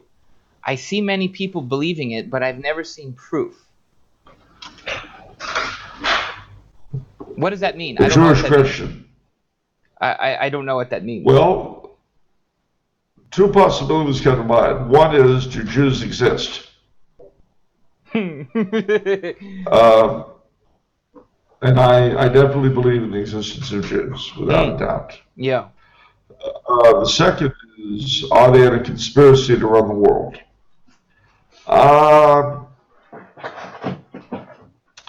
Every group that exists, unless they're totally moronic, hope to affect the way the world operates. Catholics should. We don't, of course. We can't even run a church. We're very stupid people. If we weren't stupid, though, we'd be working very hard to affect the way our countries and the world at large operate. Every now and then, people get excited and upset when the Holy See manages to get a group of nations together at the UN to, not make infanticide a human right, that kind of thing. Then we get upset and say there's a big Catholic conspiracy. One that there were! But in the sense that anybody with a brain would like to see the society in which he lives operate in a way he likes. Everybody's part of one conspiracy or another. Okay. And I know I've gotten attacked for not wanting to single them out. But all I can say is tough. Okay, Michael Martinez actually has a question I think you're going to like. He says, could you discuss Michaelmas traditions given tomorrow's feast day? Michaelmas. God bless you, my son. Thank you for reminding me, because normally that's something we always talk about. Right. Is the feasts, and we almost got through this without mentioning such an important feast. Michaelmas. Gosh, I love Michaelmas. Absolutely adore Michaelmas. Where do I begin? Well, the thing about Michaelmas that must be understood, the feast of the Archangel Michael, which since Vatican II has had Gabriel and Raphael loaded onto it, is that two things were very, very much a part of celebrating the Feast of St. Michael. One were daisies, Michaelmas daisies. Why? Because in northern climes, they're among the few flowers that are still open and running around at this time of year. So Michaelmas daisies are a big part of celebrations in Europe and in England. The other that was big in more temperate parts of Europe was goose. Michaelmas goose. Now, mind you, if you can't get a goose, any poultry is particularly appropriate on St. Michael's Day. Why? Wings of an angel, you say. But beyond that, St. Michael is the the protector and prince of the Universal Church. He's the patron saint of France, thanks to an apparition at a place we call Mont Saint-Michel. He is the patron of many, many shrines in mountainous places, Monte Gargano in Italy. There's a place in the Pyrenees in Navarre, Arales or something like that, I've forgotten. Several places in France. And on Glastonbury Tor in England, the little tower that you see, very picturesque, is all that's left of the Church of St. Michael. Very often, hilltops, having been considered as the resorts of pagan gods, hilltops would be consecrated to St. Michael the Archangel. And of course, he presents the dying soul to God, the dead soul to God, the newly arrived soul. And that's why we pray the in Paradisum and Requiem Masses that the Michael the angels will lead you to paradise. It's a wonderful, wonderful feast. And as the great enemy of Satan from the very beginning, whose response to Satan was his name, who is like unto God, the very opposite of the line Satan was pitching. He's someone who particularly in these days of doubt need to be devoted to. He has a major shrine also, not just in Spain, Italy, and France. He has a major shrine in Mexico, near Mexico City, or near Guadalajara, I forget. Anyway, look up San Miguel Santuario, Mexico, online, and you'll see it. I'd love to go there someday myself. Okay. Okay, one more question from Joker. In Vicars of Christ, you mentioned that the monuments that remain from the early church testify to their faith. What books do you recommend for learning about the early church through archaeology? Oof. That is a really, really good question. Dame Guéranger, of course, has it scattered throughout the liturgical year. There was a fellow 19th century by the name of De Rossi. I don't know if any of his stuff is in English, but he was the pioneer of catacomb research. And he later was prime minister for Pius IX and was murdered in front of him. Nothing to do with his archaeological work. There's some other good ones, but frankly, I'm drawing a blank. Well, when all else fails, look up Christian archaeology in the Catholic Encyclopedia. They'll give you a lot of books. But I'm,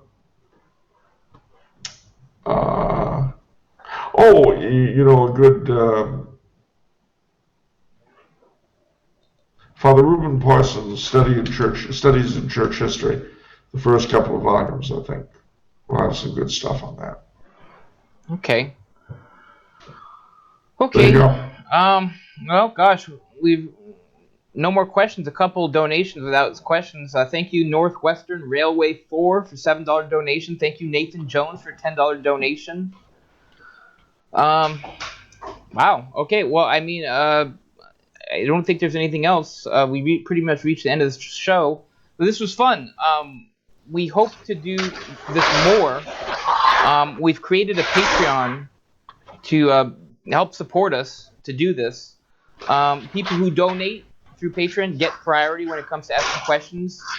I think our Patreon's up to $100 a month now. We need to get it up to $250 a month. And at that level, we'll do it once a month. That's the first goal. After that, if we hit 500, then we'll do it every other week. And ideally, if we hit $1,000 a month, we're going to be doing this every week. So if you guys enjoyed it, I mean, we need to live too. It's tough to live off caviar and Chateau Neuf de Pulp and champagne. I mean, it's tough right now. Times are really tough. We all need to scrape together, come together. I'm a poor schoolboy. I'm a poor schoolboy and trying to work my way through school. Yeah, exactly. we're paying Charles to do this. This is not, I mean, we do need some financial support to be able to do these. Also, too, I believe we have a bunch of Charles's signed books left over still in our inventory. You can check it out on tumblehouse.com in the signed book section. It'll let you know what we still have in stock if you want to buy some books that are signed from Charles. That's it. This was really fun, Charles. What do you think? Heads across the ocean, minds across the sea, brains across the river. Time, I think, to flee. I mean, what? Huh? Oh, we got one more donation. We got one more donation here. Patty McGill. Okay, here we go. Right before the end here. Okay, if Protestants can go to heaven, why be Catholic? What arguments exist to justify Luther's rebellion? How do you defeat them? Good question. All right. Firstly, if Protestants can go to heaven, why be Catholic? Absolutely. I don't have an answer to that. Neither does the church, oddly enough. To go to heaven, Protestants, before they die, must somehow be united with the faith one way or t'other, as with everyone else. Obviously, if they've been baptized validly, if they come to believe in the Catholic Church before they go, then poof, they're Catholic. It's a hard saying. Yeah. Was there any justification for Luther's revolt? No. I mean, Luther, God rest him, if he is. My little joke about Protestantism, and I've been asked, with everything that's going on, if you're considered becoming a Protestant. I say, no. I would never dream of joining a religion founded by a Catholic priest. Yes. I couldn't do that. I prefer one founded by Christ to one founded by a renegade priest. Yeah. It's just, I've had too many renegade priests in my life. I know what they're like. But Martin Luther was, like anything else, he was a creation of the time he lived in. He identified some real problems, but then, as is so often the case, he came up with solutions that were worse than the original answer. If you find you're suffering from arsenic poisoning, strychnine is not really an antidote. Right. But I mean, again, he was, I think to a great degree, he was carried along on a current of his own making. In other words, and this is something, and I speak now from experience, when you're a speaker, a writer, a teacher of some note, and people look to you for advice and answers, you've got to avoid becoming a message. You see? Or you get pulled along by a current of your own making. Or to put it vulgarly, when you believe your own BS, you begin to become part of it. Yeah. And what happened was Luther did that, and he erected his opinions into infallible truth. I mean, this was why, for instance, when he added faith alone, he added the word alone to his translation of the Bible. And someone said, how could you possibly do that? My papist friends are asking me this question. He said his response in the letter was, if they make trouble with you over this, tell them it is because I, Dr. Martin Luther, shall have it so. Wow. When you become the message, you're wrong. Wow. Whew. And that is a danger. All of us who do this kind of public exposition thing have to face. I have to face it. And I pray to God, if the day ever comes, that I become more important to me than what I'm talking about. Let me get sick.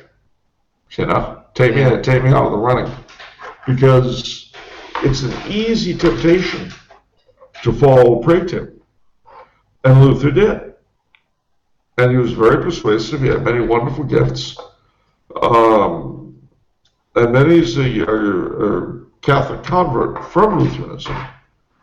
Has reported that one of the things that pushed them over the edge toward Rome, bearing in mind Lutheranism has retained a lot more bits and pieces of Catholicism than, say, the Presbyterians and the Baptists, is because the theological question would come up. And two ministers going over it, disputing it, would say, well, let's see what Luther writes about it. As though Luther were an infallible judge. Yeah. Well, wait a minute. There's not supposed to be an infallible human authority. Why do they turn to the writings of Martin Luther? That's a good question. Well, and again, it's not one that I can answer, not being Lutheran. I'm sure that a good Lutheran controversialist could sit here and give you 1,000 reasons why Martin Luther is a good guide to faith and reality. I mean, very few people hold positions that they're not convinced of. But I can't see it. Mm-hmm. And don't get me wrong, I mean, I've got friends who are Lutheran ministers. And in the cultures who were formed by Lutheranism, Northern Germany and Scandinavia, there's still a lot of nice and valuable stuff, but it's all remnants from Catholic days for the most part, preserved in a way that they were not preserved in the Catholic South. You'll find less of that, although still chunks and pieces in the Calvinist countries, in Scotland and the Netherlands and Switzerland. But Protestantism is a very sad thing, top to bottom, beginning to end. It's sad-making. Yeah. And it has. I had a friend, Bill Zuck, who was a convert to Protestantism. Yes. And Bill, he knew every imaginable Protestant theological school you can imagine. I mean, he could talk to you about them in detail till your eyes spun and your head wept.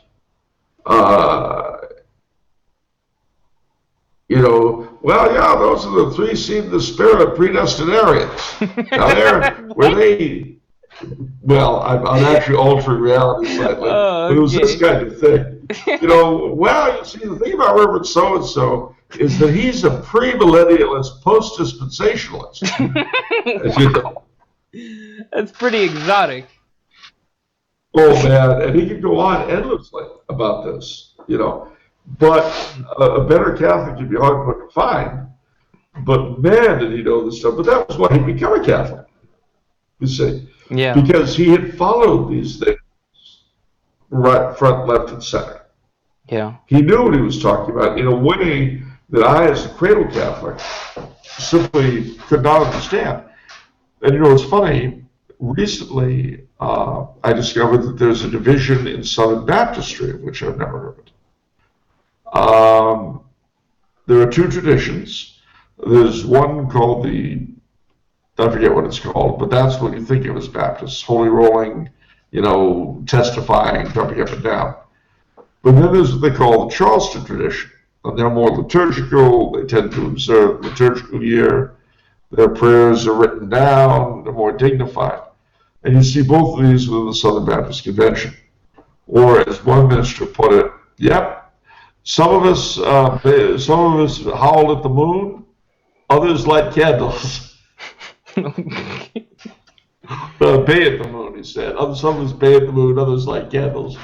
Well, okay, great. Anyway, so that's it. I mean, there have been Protestants who have certainly been very zealous for their kind of faith, who have loved the Bible. But I mean, even their vision of Jesus and Mary is very different from ours. Bill said to me once that when the Protestants accuse Catholics of worshiping Mary, they're quite correct. And I looked at him and I said, what do you mean? Because, you know, if there's anything we Catholics are taught from the very beginning, we do not worship Mary the way we worship Christ. We don't do that. And if you've been raised Catholic, you've had that drilled into your head a million times. Well, I said to him, what do you mean by that? He said, well, stop and think for a second. When we venerate Mary, we pray for her intercession with her son. We look up to her as an example. We see her as an important historical figure. We try to model ourselves after her. She's very, very important to us. She's the key to heaven and so forth. That's the way Protestants look at Christ. Wow. Our worship of Christ via the sacraments is completely off the menu, totally off the table for them. It's just not there. Yeah. So when they say you worship Mary, they're right in the sense that we venerate Mary the way they worship Christ. Wow. Our worship of Christ is totally alien. Well, see, it took a convert, it took a cradle Protestant to tell me that. Yeah. I would never have come to that on my own. Yeah. I would never even thought of it. I don't have the equipment. Yeah. And, you know, that's just where we are with that. Okay. Yeah, I met Bill Zook at he was at a couple of our famous Tumbler House parties, and he was quite a gentle soul. He was very smart too. Yeah. He was. God rest him. God rest him. He died in Holy Week. Yeah. So I hope he's home with the Lord, as our Protestant friends say. Yeah. Okay, so thank you again, Michael Coleman with a $5 donation. We have one more question from Christopher Dittmar, $2 donation. He's keeping the stream alive. He asks, what exactly were indulgences? Or well, if you grab them to yourself, they're self-indulgences. Sorry, I couldn't help that one. Basically, indulgences, well, we have to look at two different things. The first is purgatory. Now, when you commit a sin, every sin is, of course, the sin itself. But then there is attached to it what we call temporal punishment. And that temporal punishment due to any given sin can be worked out here or in purgatory. It's obviously better worked out here than in purgatory. Mm-hmm. Now, the church teaches that there is in existence what is called the treasury of merits. That is to say, all the good and wondrous deeds accomplished first and foremost by our Lord on the cross, and then the rest of his life, and by Our Lady, and all the saints. All of those merits, too, stack up. That's a sort of treasury which the church can apply to make up for our temporal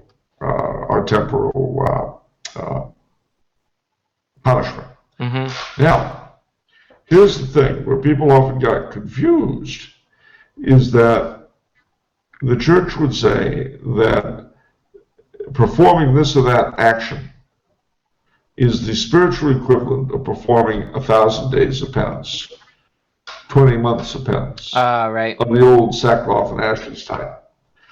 Or, contrariwise, that's what's called a partial indulgence. And then a plenary indulgence loosens, it wipes out all of the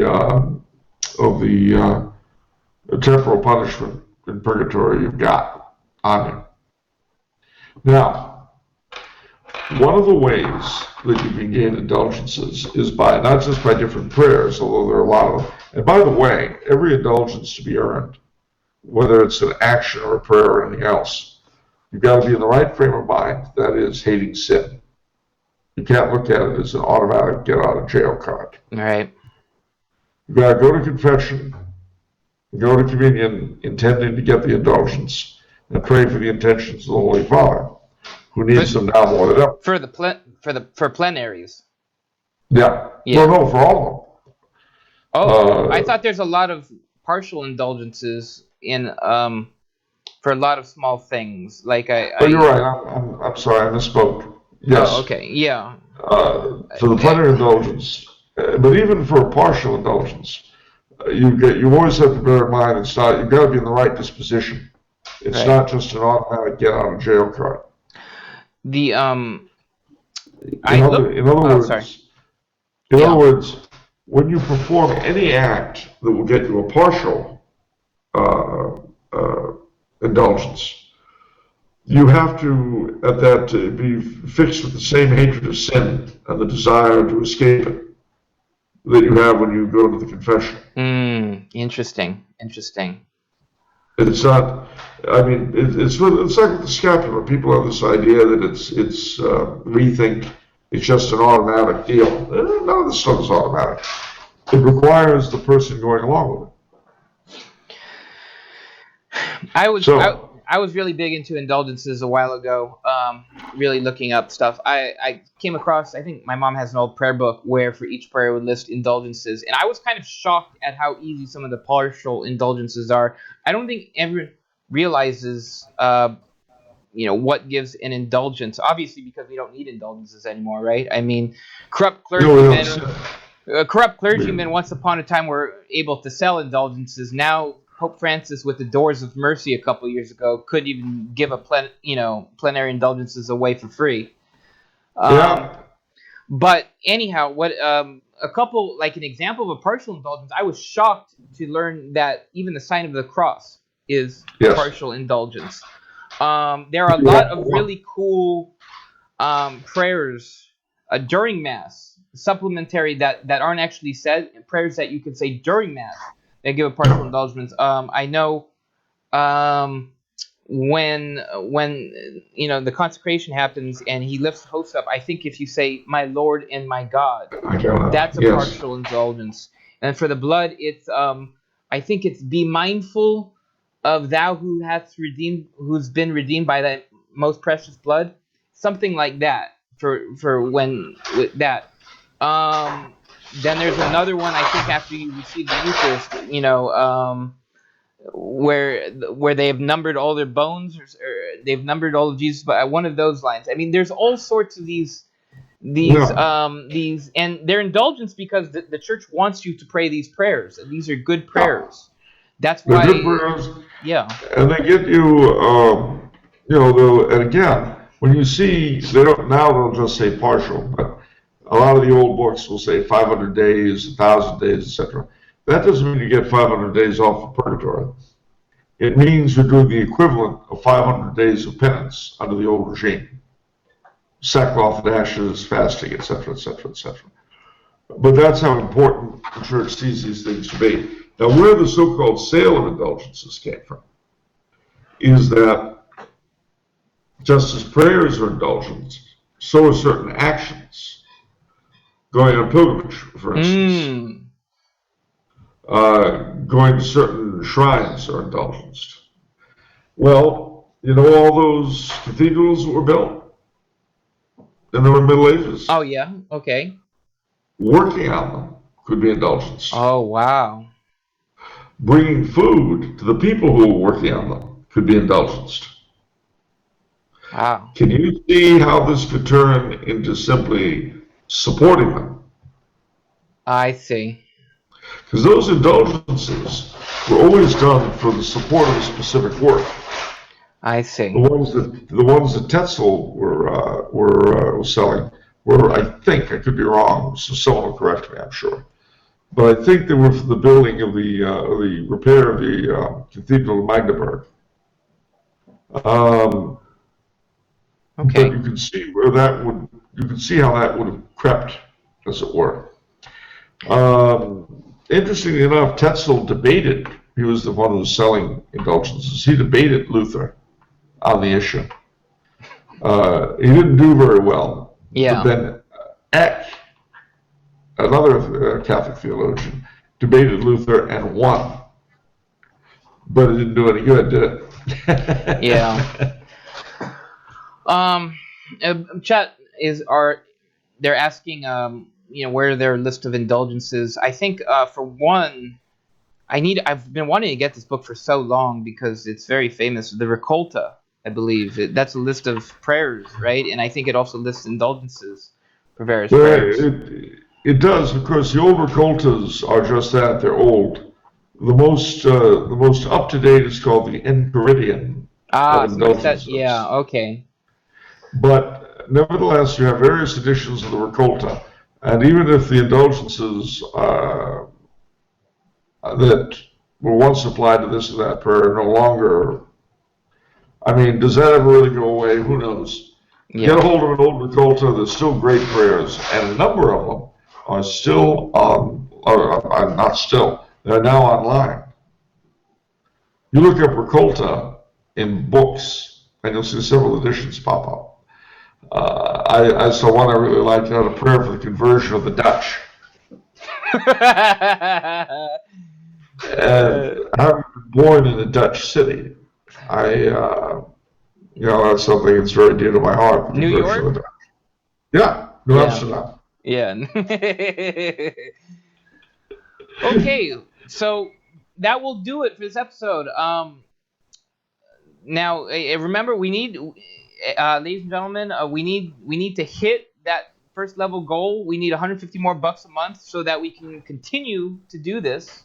But I have good news. We're also doing other shows. I recorded a fun interview in this style format with Roger Thomas, author of Under the Watchful Sky. That's going to come out on Monday.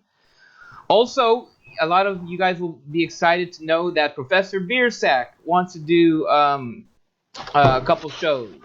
Yay! Yay! So I'm hoping. Should we tell him? No, should we tell them? Oh, I guess we should tell them. I mean, it's something to look forward to. He wanted to do a show on his book, Of Mary There's Never Enough. Maybe we'll do something spooky before Halloween. Who knows? He likes that spooky stuff. He's very excited to do a show. He had such a fun time during the finale, that he's like, yeah, let's. He's into it now. So this is great. So, anything going on for Christmas? We'll hope maybe we'll just I don't know. We'll see how it goes, right? All right, we'll see. We'll see. Maybe there could be a Christmas special like the King family. Like the King family? Who are the King family? Who are the King family? The King family from Avonlea? That's the King family I know. No. All right. Ladies and gentlemen, those of you who are old enough to know who the King family were, after we sign off, I want you to send to Mr. Franchini here links to the King family. What? You're gonna flood? Yes. You're telling the people to flood my email box and? Wow. Okay. Wow. It'll be for Christmas. It'll be for Christmas. Okay. All right. You remember Lawrence Welk? Lawrence Welk. No, that's not ringing a bell. Lawrence Welk, is he an actor? Ladies and gentlemen, we're on the computers. Lost. Lawrence Welk. Oh gosh. Ladies and gentlemen, I'm lost in the 21st century. Why am I here? I'm surrounded by kids here in school. My cultural references mean nothing to anyone. The Lawrence Welk Show from 1951 to 1982. Before my time, Charles. I was born in 1984. A musicianist, accordionist, band leader, and television impresario. Sorry, Charles. I'm sorry. I don't know. Well, one of his lead sets of singers were the King Sisters. And the King Sisters, actually, as you might guess, had a very extended musical family. And so, for 10 or 15 or 20 years, I forget how long, they had every Christmas season would be Christmas with the King family. Okay. It was a big thing in my childhood. Okay. Then you know you see what you just said. You just said, Charles, your childhood doesn't matter. Lawrence Welk, I don't care. The I didn't king's say gonna that. die. I didn't say that. I didn't say that. No, That's. you didn't. No, you didn't. Psychosis on command is what I do. So I do.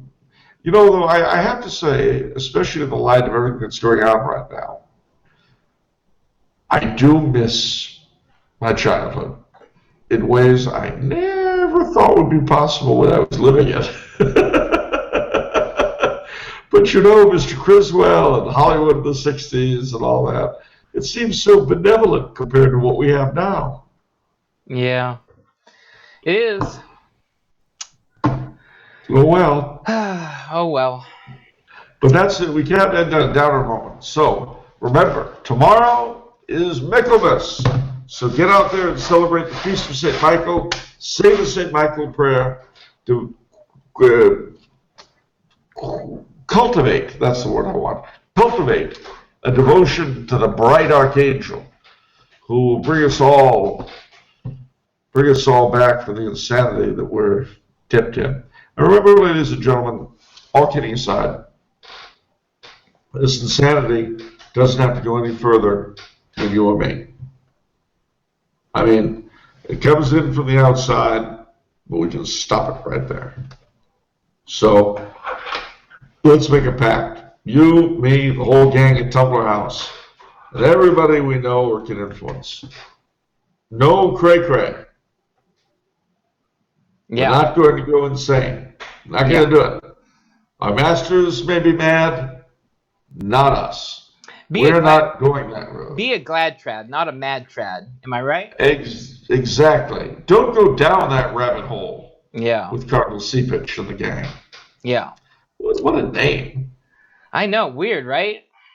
Well, you know, it's funny. I was in one of the older, well, you know, this place, it's got this modern housing where I'm living, which is the student housing. And then there's this sort of fur-lined avenue. And then there's the Schloss, the castle, which is where all the classes are and all that. So there's kind of a blotch on one of the walls, which, you know, in an old building with that kind of, with damp and all that, you have. So I looked at the blotch, and I got everybody laughing by saying, "Oh, look, Cardinal Seepage has been here." What?